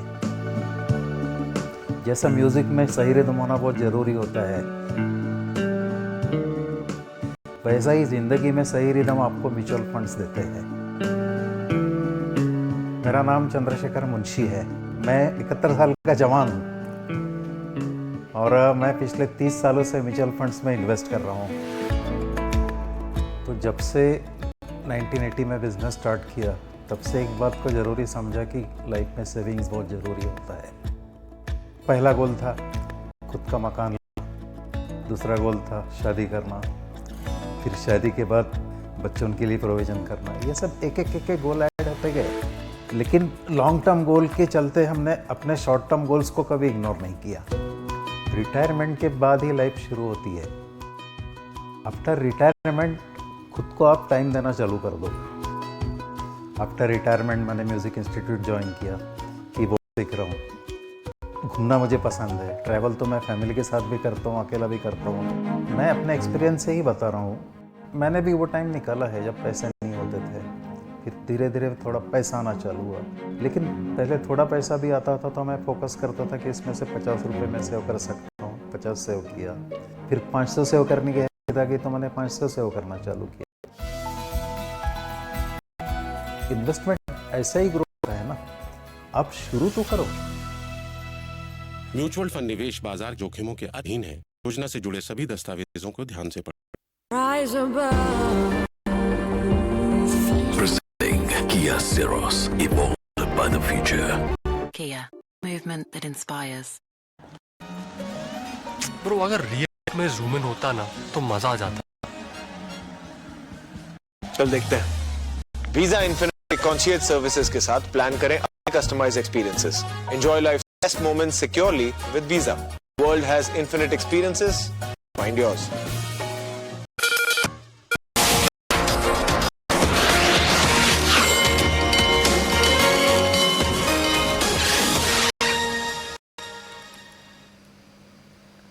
ब्रेक के बाद स्वागत है आपका। और 24,150 के लेवल्स, 294 पॉइंट्स के अप मूव निफ्टी में। स्टॉक स्पेसिफिक ढेर सारे एक्शन, रिजल्ट बैक और इन्हीं कुछ तमाम स्टॉक्स पर इस वक्त फोकस है। जियो फाइनेंशियल सर्विसेज के स्टॉक कंपनी के नतीजे आए ओवर दी वीकेंड और नंबर्स के ठीक बाद स्टॉक में एक मूवमेंट जरूर है। नंबर्स ठीक ठाक रहे। रेवेन्यू के फ्रंट पर 18% की मजबूती सालाना आधार पर देखने को मिली। वहीं नेट प्रॉफिट के फिगर को भी देखना चाहिए, यहाँ पर भी करीब 1.5 से 2% का इजाफा देखने को मिला। जियो फाइनेंशियल सर्विसेज, नीलेश जी एक राय आपसे जानना चाहेंगे। मजबूत है बाजार, आज वॉलेटाइल मूव स्टॉक में नजर जरूर आ रहे हैं, लेकिन अभी अभी ताजा नतीजे भी कंपनी ने पोस्ट किए हैं। स्टॉक में निचले स्तर पर काफी अच्छा बेस फॉर्मेशन बना है और हमने पिछले कुछ दिनों में लगातार यहाँ पे एक series of higher high higher low formation बनते हुए देखे थे। स्ट्रक्चर पॉजिटिव है और यहाँ से एक फॉलोअप हमें 255-260 तक का इस पर्टिकुलर स्टॉक में देखने को मिल सकता है। 239 का सपोर्ट है, वहां पे स्टॉप लॉस होगा और लॉन्ग साइड में पोजीशन है तो बने रहे। फ्रेश खरीदारी करनी है तो थोड़ी सी डिप का इंतजार करें, बट आउटलुक पॉजिटिव है। 260-265 तक के भी लेवल हमें यहाँ पे देखने को मिल सकते हैं। आउटलुक 260-65 तक के लेवल्स और वैसे साइडवेज मूवमेंट स्टॉक में, लेकिन अभी पिछले कुछ सेशन से अगर लास्ट 5 ट्रेडिंग सेशन के चार्ट्स देखेंगे तो मजबूती का दौर जो है वापस से लौटता हुआ जियो फाइनेंशियल सर्विसेज में 260 तक के टारगेट्स भी यहाँ पर मानकर चलना है। हैवेल्स इंडिया कंपनी के नतीजे कल आने वाले और नंबर्स से ठीक पहले इस स्टॉक पर एक नजर होनी जरूर चाहिए। पिछले कुछ ट्रेडिंग सेशन में न्यूज फ्लो के चलते भी स्टॉक फोकस में, जहां हमने देखा था करीब 600 करोड़ के निवेश की भी बात हो रही थी। कंपनी जो कि करने जा रही है business expansion, business development plan के ऊपर 1648 के लेवल्स पर। श्रीकांत जी एक राय आपसे जानना चाहेंगे। नतीजे से ठीक पहले आधे % तक की तेजी है। बिल्कुल, रिजल्ट्स के पहले भी इसमें तेजी है और अगर आप देखें तो पिछले 4 या 5 दिनों में भी जब इसमें रैली बनी लोअर लेवल से तो काफी अच्छी तरीके से इसने कई सारे अपने पीयर्स को काफी कंफर्टेबली आउट परफॉर्म किया है। तो मुझे लगता है कि जैसे आज के वॉल्यूम्स है और पास्ट ट्रेंड अगर देखें, हमें लगता है कि ये स्टॉक बेस्ड ऑन टेक्निकल्स एक बार 1800 रुपए तक के लेवल्स दिखा सकता है।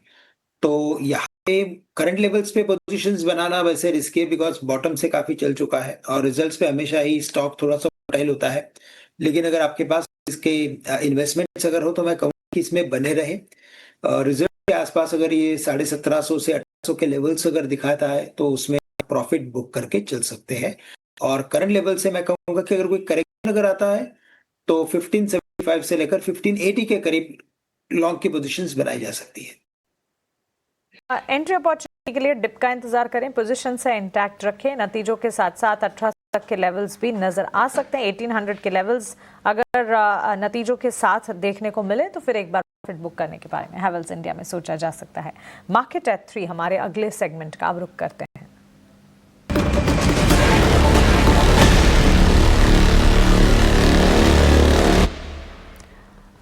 आनंद शुक्ला हमारे साथ जुड़ गए हैं 3 बजे बाजार में स्टॉक स्पेसिफिक मूव्स हमें बताने के लिए। आनंद बताइए।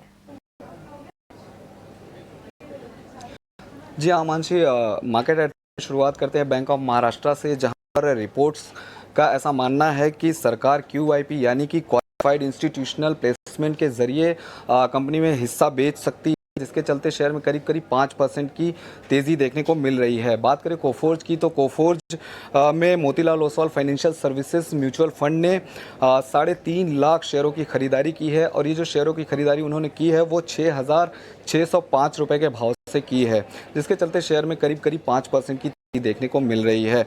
बात करें मुथूट फाइनेंस की तो कंपनी ने बोरोइंग लिमिट बढ़ाकर करीब 2 लाख करोड़ तक करने को मंजूरी दे दी है और साथ ही साथ 26 रुपये पर शेयर डिविडेंड देने का ऐलान किया है, जिसके चलते शेयर में पॉजिटिव एक्शन देखने को मिल रहा है। देवयानी इंटरनेशनल की बात करें तो 24 अप्रैल को कंपनी की बोर्ड बैठक है और ये जो बोर्ड बैठक है वो फंड जुटाने को लेकर है, जिसके चलते शेयर में करीब करीब 6% की तेज़ी देखने को मिल रही है। अंत में बात करें भारत डायनामिक्स की, जहां पर नुआमा की रिपोर्ट आई है और नुआमा ने खरीदारी की राय के साथ कवरेज शुरू किया है, लक्ष्य दिया है 1,650 रुपये का। साथ ही साथ इस सेक्टर में नुआमा की टॉप पिक जो है भारत डायनामिक्स हुई है, जिसके चलते शेयर में करीब करीब 3.5% की तेज़ी देखने को मिल रही है। तो ये थे वो शेयर जिनमें खबरों के पर आज एक्शन देखने को मिल रहा है। शुक्रिया आपका हमारे साथ जुड़ने के लिए और खबरों वाले शेयर्स हमें बताने के लिए। तो ये सारे के सारे स्टॉक हैं जिस पर नजर होनी चाहिए। एक्सचेंजेस पर लगातार इन स्टॉक्स से जुड़ी खबरें आना शुरू हुई हैं और इसी के चलते ये स्टॉक्स जो हैं रेडार पर हैं। राजेश जी, एफएमसीजी सेक्टर पर एक टेक आपसे जानना चाहूंगी, क्योंकि इसी हफ्ते में एफएमसीजी कंपनियों के नंबर्स आना शुरू हो जाएंगे और एफएमसीजी स्टॉक्स की अगर बात करें, आज के सत्र में भले ही एफएमसीजी सेक्टर ने बैकसीट पकड़ी है, लेकिन पिछले कुछ सेशन से कंजम्पशन का खेमा है जहां पर हमने स्लो एंड इवेंचुअल मूवमेंट जरूर देखी है। अब मॉनसून अपडेट की अगर बात करें, जिस तरह के अपडेट्स वेदर डिपार्टमेंट से आ रहे हैं, इसके अलावा Q4 अपडेट्स जो पर्टिकुलर एफएमसीजी कंपनियों के आए हैं जैसे कि गोदरेज कंज्यूमर, मैरिको, अच्छे रहे हैं। On the back of all of these triggers, FMCG sector पर फंडामेंटल आउटलुक क्या होता है? अगर आप देखें तो पिछले 3-4 क्वार्टर्स का प्रदर्शन बहुत खराब रहा है, खास करके अर्बन कंजम्पशन, अर्बन ग्रोथ में तो बिल्कुल नगण्य रही है। अब चूंकि IMF का ऐसा आया है कि वेदर का जो अनुमान आया है कि अबव एवरेज मानसून होगा, उसके बाद थोड़ी सी ये उम्मीद बंधी है कि रूरल डिमांड बढ़िया निकल कर आएगी, जिसमें हमें लगता है कि मैरिको एक अच्छा पिक साबित हो सकता है, ITC अच्छा पिक साबित हो सकता है, इवन इमामी जिसकी रूरल फोकस ज्यादा है वहां पे देना चाहिए। ये कुछ एक स्टॉक है एफएमसीजी में जहां पे नजर रखनी।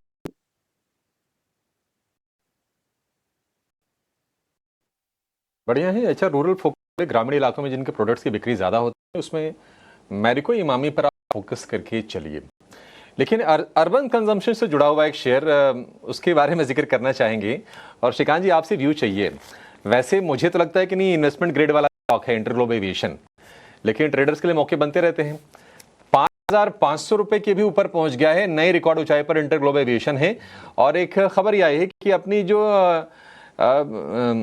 एयरक्राफ्ट की जो फाइनेंसिंग वाली कैपेबिलिटीज है उसको बढ़ाने के लिए गिफ्ट सिटी में उनका ऑफिस भी खोला है। अब यहां से अभी कितनी तेजी आप देख रहे हैं श्रीकांत? इंटरग्लोब, इंडिगो कितना उड़ेगा अभी?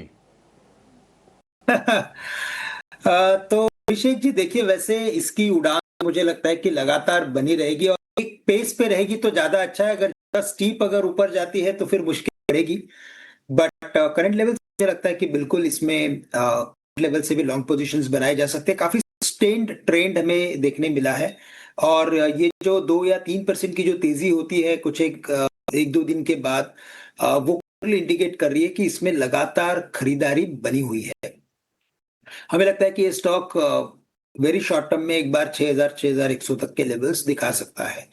और अगर इसके साथ साथ अगर मैं कुछ और 1-2 स्टॉक्स की अगर बात करूं तो मुझे लगता है कि BSE में जो लिस्टेड स्पाइस जेट है, यहाँ पे भी हमें लगता है कि थोड़ा और स्पाइस बन सकता है। ये स्टॉक अभी 51 या 51 या 52 के करीब ट्रेड कर रहा है, लेकिन जैसे इसमें टेक्निकल पैटर्न बना है मुझे लगता है ये भी स्टॉक एक बार 60 से लेकर 62 रुपए तक के लेवल्स आ सकता है।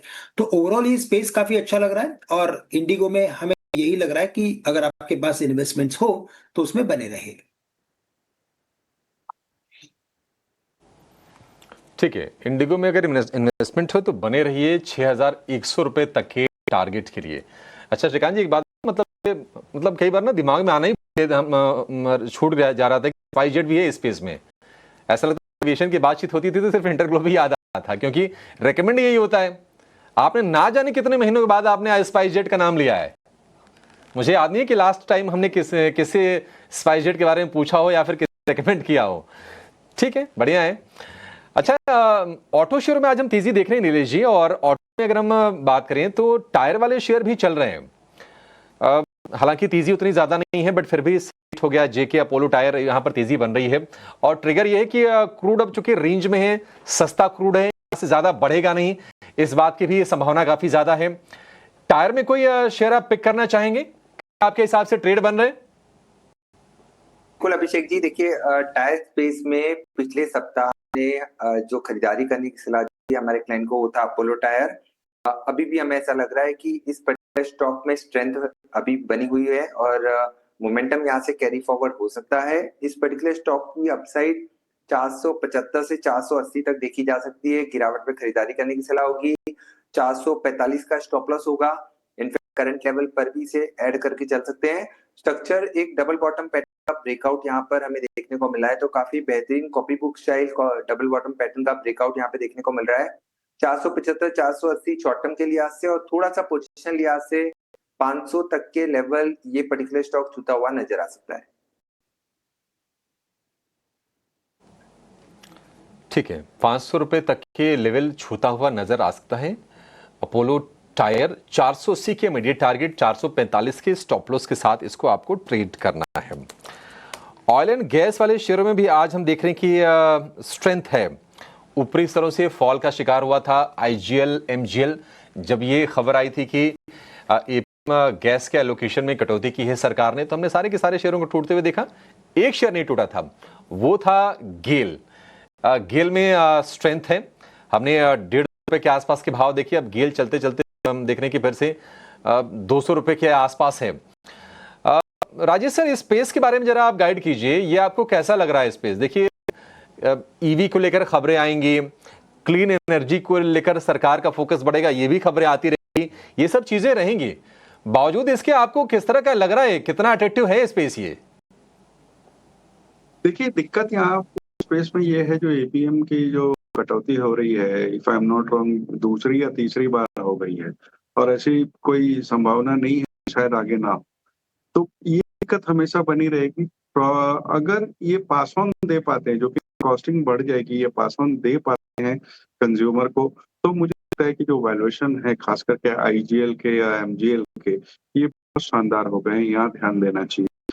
तो ये दो स्टॉक है जो वैल्यूएशन के लिहाज से बहुत अच्छे हैं आज के डेट में, जो कि एपीएम की जो इनको हो रहा है उस लेवल्स पे। अगर और कटौती आती है तो मुझे लगता है यहाँ थोड़ा गिरावट आएगी, बट अल्टीमेटली ये परफॉर्म करेंगे। लंबी अवधि में खरीदारी की सलाह रहेगी। लंबी अवधि में खरीदारी की सलाह रहेगी। इन स्टॉक्स में गिरे मौके आपके लिए बन सकते हैं। चलिए, छोटे से ब्रेक का वक्त हो गया है। ब्रेक के बाद आपके लिए हम बीटीएसटी, एसटीबीटी तो नहीं जानेंगे, बीटीएसटी होंगे। हमारे दोनों एक्सपर्ट तैयार हैं, श्रीकांत जी और नीलेश जी। और श्रीकांत जी और नीलेश जी, आपसे गुजारिश है कि कम से कम 2-2 शेयर दीजिएगा। बाजार अच्छा है, मौके भर भर के होनी चाहिए। और राजेश जी, एक आपसे इन्वेस्टमेंट वाला शेयर एक और जानेंगे। सर, आप भी अपना शेयर निकाल कर रखिए। छोटे से ब्रेक के बाद फौरन हाजिर होंगे।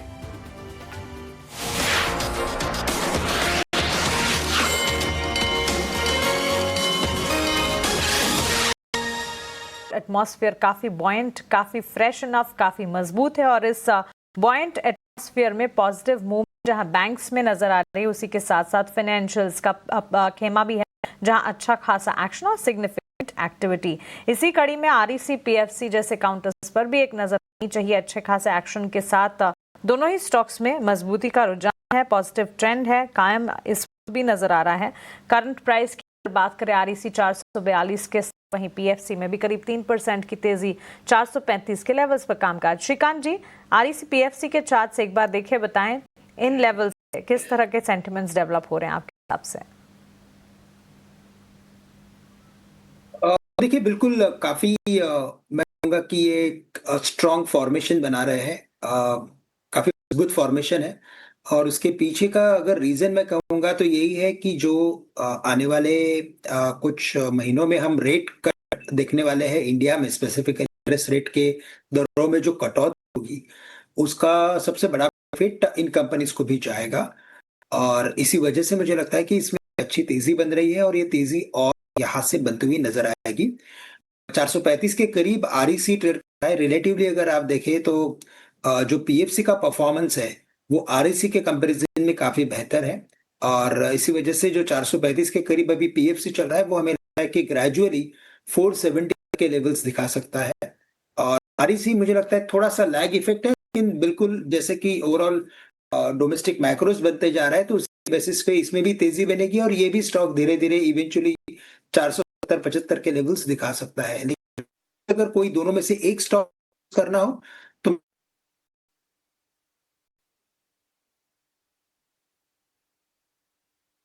ये चार्ट पसंद आते हैं श्रीकांत जी को। एक टेक्निकल ग्लिच, तकनीकी दिक्कत फिर से जुड़ने की कोशिश होगी श्रीकांत चौहान से, लेकिन इस बीच 3:15 बज गए हैं। आइए बीटीएसटी ट्रेड्स, जैसे कि ब्रेक से ठीक पहले हमने आपको बताया था कि अच्छा खासा माहौल है, बाजार में मजबूती का ट्रेंड है, तो ऐसे में बीटीएसटी खरीदारी के कॉल्स तो होंगे ही। नीलेश जी से जानते हैं। नीलेश जी बताइए, कौन से बीटीएसटी ट्रेड्स लेकर जाना चाहेंगे आप?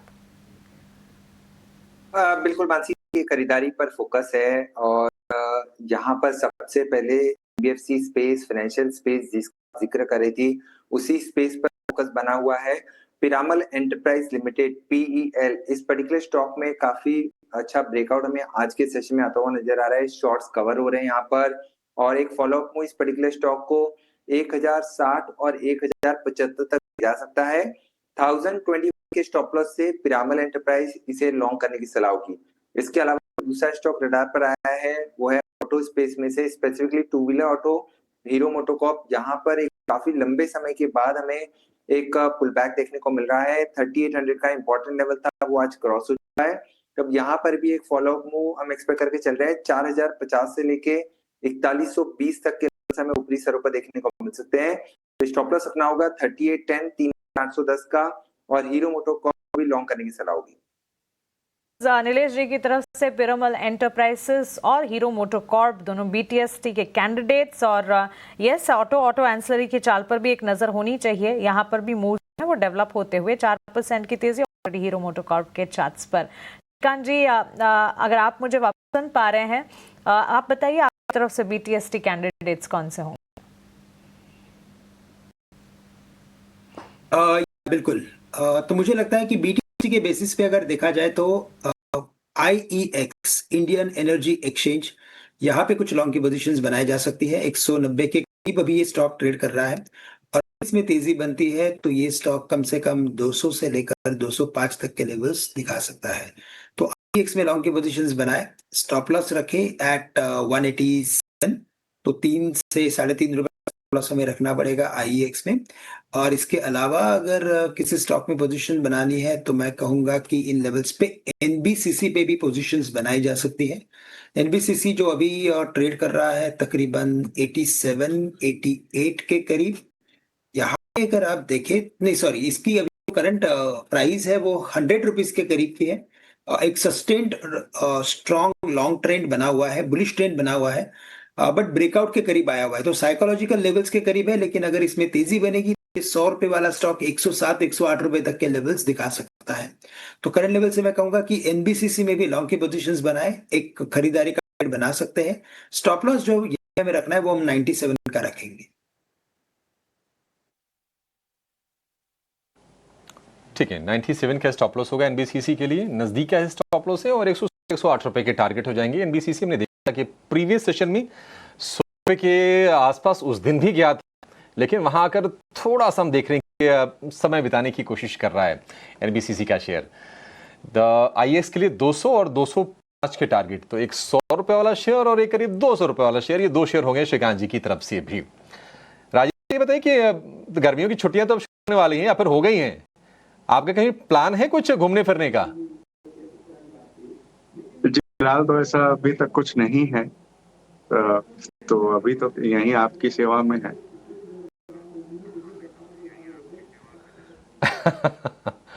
अच्छा सर, जिनके प्लान है ना, जरा उनके लिए हेज करवा दीजिए। मान लीजिए किसी ने पैसे खर्च कर रखे हो टिकट बुकिंग पे, होटल बुकिंग पे, तो कौन से शेयर रिकवर करा के दे देगा पैसे? तो मुझे ट्रैवल टूर होटल वाले स्पेस से 1-2 शेयर जो आपको अच्छे लगते हो आप बता सकते हैं। टूर की अगर बात की जाए तो जिस तरीके से ट्रैवल एंड टूरिज्म को बढ़ावा मिला है कोविड के बाद से, वो लगातार पूरा स्पेस बहुत अच्छा एक्टिव रहा है। इसमें अगर कोई एक स्टॉक वक्त चुनना हो तो मुझे लगता है कि आईटीसी होटल्स के साथ जाना चाहिए, जहाँ की जो उनकी रूम की कैपेसिटी है वो आने वाले दिनों में बहुत तेजी से बढ़ाने की बात कर रहे हैं, एक अच्छे ग्रुप को बिलोंग कर रहे हैं, ब्रांड बहुत अच्छा है और सभी प्राइस सेगमेंट में प्रेजेंस बनी हुई है।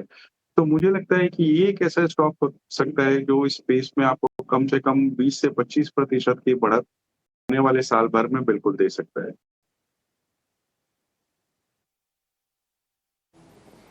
ठीक है, आईटीसी होटल्स आपके लिए ये शेयर 204 रुपए के आसपास के प्राइसेस हैं, इसमें आपके लिए मौके बन सकते हैं। कुछ और शेयर जरा लेकर आते हैं जहां पर ना एफआईज ने अपनी स्टेक को बढ़ाया है पिछले क्वार्टर में। एफआईज की हिस्सेदारी जहां पर ज्यादा बढ़ी है उसमें इंडसइंड बैंक है, अदानी विल्मर है, यूपीएल है, सुजलॉन है और बैंक ऑफ इंडिया। इसके डेटा भी आपके हम स्क्रीन पर कराएंगे कि कितना कितना बड़ा है। इंडस्ट्री में करीब 4.5 पौने 5 के आसपास का स्टेक बढ़ा है इसका, और यूपीएल में भी करीब करीब 2% के आसपास का स्टेक बढ़ा है। नीलेश जी, आज कि इंडसइंड बैंक में भी तेजी है, यूपीएल में वैसे ज्यादा तेजी नहीं है, सुजलॉन का शेयर भी आज तेज रफ्तार से दौड़ रहा है, सरकारी बैंकों में बैंक ऑफ इंडिया में भी तेजी दिख रही है। कहीं आपके रडार पर ये शेयर हैं, इनमें से कोई शेयर है जिस पर आप रिकमेंडेशन देना चाहेंगे?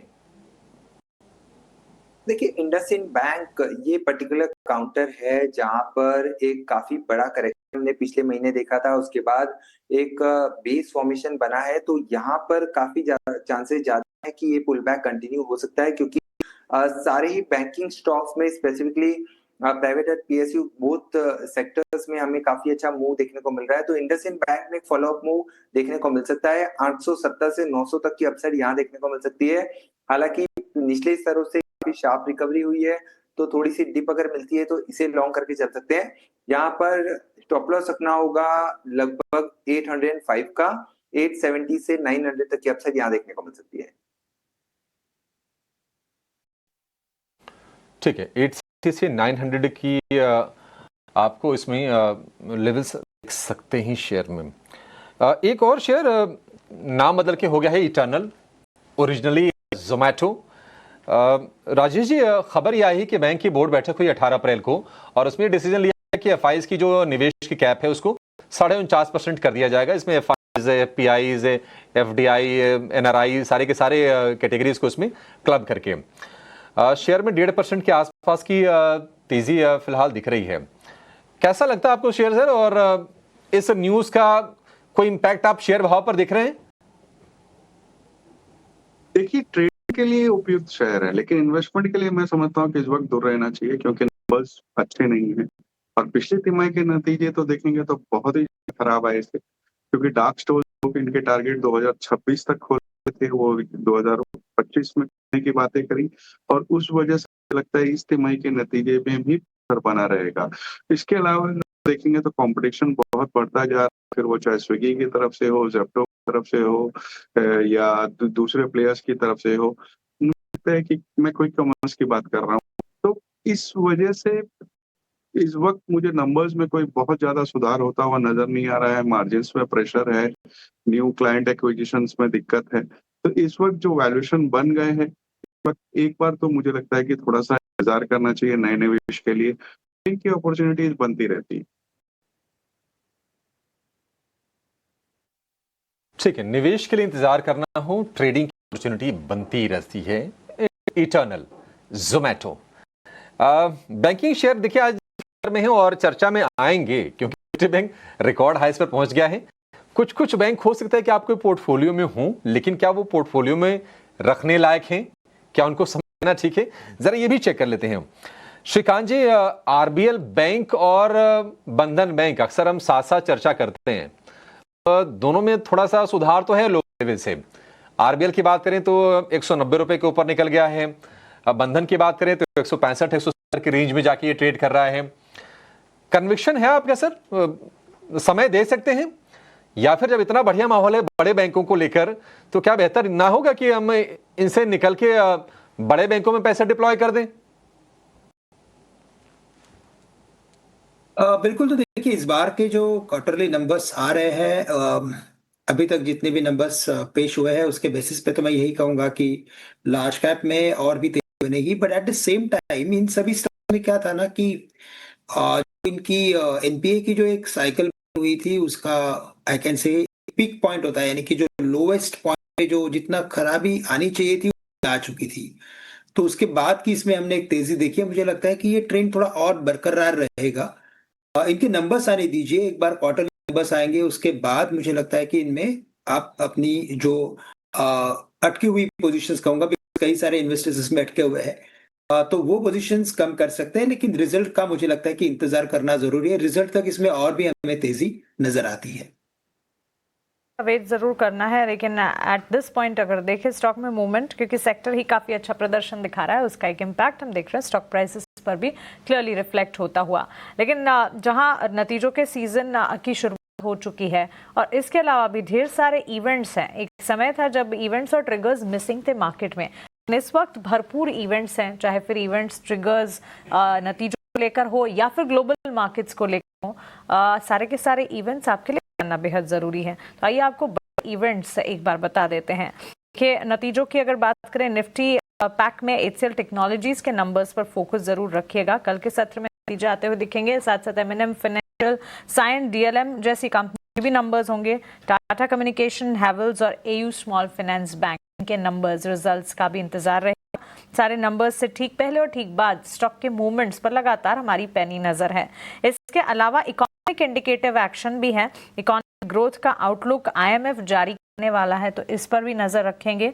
और साथ ही 2 दिवसीय सऊदी दौरे पर प्रधानमंत्री नरेंद्र मोदी जाने वाले हैं, सो इस इवेंट पर भी फोकस ग्लोबल फैक्टर्स को ध्यान में रखते हुए काफी सारी बातचीत वार्ताएं हैं जिस पर लगातार फोकस है। रेसिप्रोकल टैरिफ अनाउंसमेंट के ठीक बाद काफी कुछ हुआ है और इसके बाद तमाम कंट्रीज किस तरह से इस पर आगे बढ़ रहे हैं, किस तरह से बातचीत कर रहे हैं, US, चाइना, इंडिया, सारी की सारी बातचीत पर भी लगातार हमारी नजर है और इस पर सारे के सारे अपडेट्स जैसे जैसे हमें हम आप तक पहुंचा रहे हैं। आगे बढ़ेंगे और कुछ और स्टॉक्स को एक बार देख लेते हैं। एक तो श्रीराम फाइनेंस, श्रीकांत जी आपसे जानना चाहेंगे, 24 अप्रैल को श्रीराम फाइनेंस के भी नंबर्स आने वाले हैं और बैंक्स फाइनेंशियल्स का खेमा इतना ज्यादा पॉजिटिव है कि उन्हीं पर नजर जा रही है। श्रीराम फाइनेंस पे क्विक टेक दीजिएगा।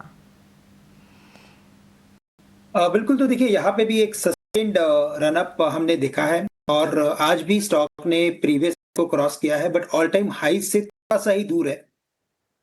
बट जैसे इसमें चाल बनी है, जैसे ओवरऑल फ्लो है, हमें लगता है कि ये भी स्टॉक अपने प्रीवियस हाई को यानी 730-35 के लेवल्स क्रॉस करते हुए नजर आएगा। भी क्वार्टरली नंबर्स इसी हफ्ते के आखिरी में है और ओवरऑल मोमेंटम ठीक ठाक हुआ है, तो मैं यही कहूंगा कि इसमें बने रहे और हमें लगता है कि जैसे ये 730 के लेवल क्रॉस करेगा तो उसके बाद शायद हम 770 से लेकर 780 तक के भी लेवल्स देख सकते हैं। तो एक 4 से 5% की रैली बन सकती है अपने प्रीवियस हाई को क्रॉस करने के बाद, तो इसमें जो इन्वेस्टमेंट है उसमें बने रहे। फाइनेंस, श्रीराम फाइनेंस की ही तरह एक क्विक टेक, इनकी एग्जिस्टिंग पोजीशन अगर किन्हीं की है, क्या राय होगी?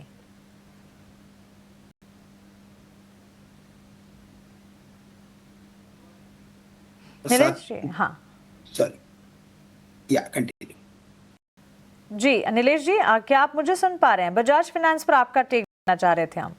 बिल्कुल बिल्कुल मानसी, देखिए बजाज फाइनेंस का स्ट्रक्चर काफी स्ट्रॉन्ग है। In fact it is one of the stock जिसने सबसे पहले नए record high with in NBFC space बनाया था। स्ट्रक्चर काफी स्ट्रॉन्ग है। 10,000 तक के लेवल हमें शॉर्ट टर्म में देखने को मिल सकते हैं। करंट लेवल पर लॉन्ग एंट्री करके चल सकते हैं, बट डिप अगर मिलती है तो रिस्क एंड रिवॉर्ड और फेवरेबल होगा। 9,000 के आसपास का काफी अच्छा सपोर्ट बन चुका है। शॉर्ट टर्म लिहाज से 9600 के टारगेट और थोड़ा सा पोजिशनल नजरिया रखें तो यहाँ पे 10,000 तक के लेवल हमें देखने को मिलते हैं। फाइनेंस पर लगातार हमारी नजर और स्टॉक पर एक्सपर्ट्स का टेक भी बाजार क्लोज होने की तरफ बढ़ते हुए और एक दमदार हफ्ते की शुरुआत ये कह सकते हैं। एक लंबी छुट्टी के बाद भारतीय बाजार जब आज खुले अच्छे खासे एक्शन के साथ हमने मूव्स देखे। ये मूव्स पॉजिटिव जो है बैंक्स एंड फाइनेंशियल्स की तरफ से आते हुए दिखे। आउट परफॉर्मर ये पूरा का पूरा सेक्टर है और IT सेक्टर के मेजर कंपनी के नंबर्स भी आए। इसके ठीक बाद हमने देखा वहां पर भी एक अच्छा खासा मोमेंटम देखने मिला। ब्रॉडर मार्केट्स में भी एक्शन कामकाज आज के सत्र में देखने को मिला। इन पर्टिकुलर अगर देखें मेटल स्टॉक्स में भी चमक जो है वो वापस बढ़ती नजर आई। नाल्को, हिंदुस्तान कॉपर करीब 4% की तेजी दिखाते हुए। हिंदुस्तान जिंक, एनएमडीसी के स्टॉक में भी हमने दिन भर अच्छा खासा एक्शन देखा। एक्सचेंज एंसिलरी स्टॉक्स भी दिन भर चर्चा का विषय बने रहे, जहां BSE, angel one, MCX, CDSL जैसे स्टॉक्स में शानदार तेजी के साथ कामकाज देखने को मिला। इसके अलावा अगर आप देखेंगे सेक्टर स्पेसिफिक बाजार की चाल, हमने देखा ऑलमोस्ट सारे के सारे सेक्टर्स जो हैं अच्छी खासी मजबूती दिखा रहे थे। And while we close also, सिर्फ FMCG एकमात्र क्षेत्र है जहां पर बिकवाली का दबाव आज के सत्र में देखने को मिल रहा है। निफ्टी FMCG पैक में लाल निशान के साथ कामकाज क्लोज हुआ, लेकिन उसके अलावा real estate, energy, IT, auto, metal, services, pharma, health care, diagnostic, banks and financials, हर तरफ आप देखेंगे अच्छी मजबूती के बीच कामकाज अच्छा खासा एक्शन देखने को मिल रहा है। मेजर कंट्रीब्यूटर्स की अगर बात करें, निफ्टी के मेजर कंट्रीब्यूटर्स में सबसे आगे खड़े हैं बैंक्स, फाइनेंशियल्स और IT, Infosys, HDFC bank, Axis bank, Kotak Mahindra bank और साथ साथ महिंद्रा एंड महिंद्रा में भी अच्छा एक्शन क्लोजिंग मजबूती के साथ होती हुई। वहीं ITC, HUL, Adani ports, Asian paints, Britannia on the flip side विपरीत बिकवाली का दबाव दिखाते हुए गिरावट का रुझान। लेकिन बाजार की क्लोजिंग आपके स्क्रीन पर 55,290 के लेवल्स पर बैंक निफ्टी ने 1000 अंकों की तेजी के साथ क्लोजिंग दिखाई। लगातार तीसरा ट्रेडिंग सेशन जब बैंक निफ्टी में मजबूती और बढ़िया मजबूती के साथ क्लोजिंग देखने को मिल रही है। 24,120 के लेवल्स पर करीब 250 अंकों की तेजी, 268 पॉइंट्स टू बी प्रिसाइज मजबूती के साथ निफ्टी क्लोज होता हुआ। 800 अंकों की मजबूती पर सेंसेक्स में भी क्लोजिंग 79,366 के लेवल्स, परसेंटेज वाइज ऑलमोस्ट 1.5 से 2% तक की तेजी। Benchmark mid cap small cap में अच्छा एक्शन। एडवांस डिक्लाइन के रेशियोज में एडवांसेस का पलड़ा भारी, 2123 एडवांसेस के सामने महज 612 डिक्लाइंस। सो एक दमदार ट्रेडिंग सेशन जहां लगातार 5 ट्रेडिंग सेशन से बाजार में बढ़िया तेजी है। पिछला हफ्ता काफी ट्रंकेटेड था, लेकिन सारे के सारे ट्रेडिंग सेशंस जो कि 3 ट्रेडिंग सेशन ही थे पिछले हफ्ते, लेकिन तीनों ट्रेडिंग सेशन में बाजार ने बढ़िया मजबूती दिखाई और इस हफ्ते की शुरुआत भी अच्छी मजबूती के साथ ही होती हुई देखने को मिली। और क्लोजिंग भी यहाँ पर अगर आप देखें 55,000 के पार बैंक निफ्टी ने क्लोज होने में कामयाबी देखी है। उम्मीद करते हैं कि हफ्ते की जो पॉजिटिव शुरुआत है, हफ्ता क्लोज भी इसी पॉजिटिविटी के साथ ही होता दिखे। फिलहाल क्लोजिंग कॉल को हम यहीं समेटने जा रहे हैं। मुझे और अभिषेक को आप दीजिए इजाजत, लेकिन 18 स्वदेश पर खबरों का सिलसिला लगातार जारी, आप बने रहे हमारे साथ। नमस्कार।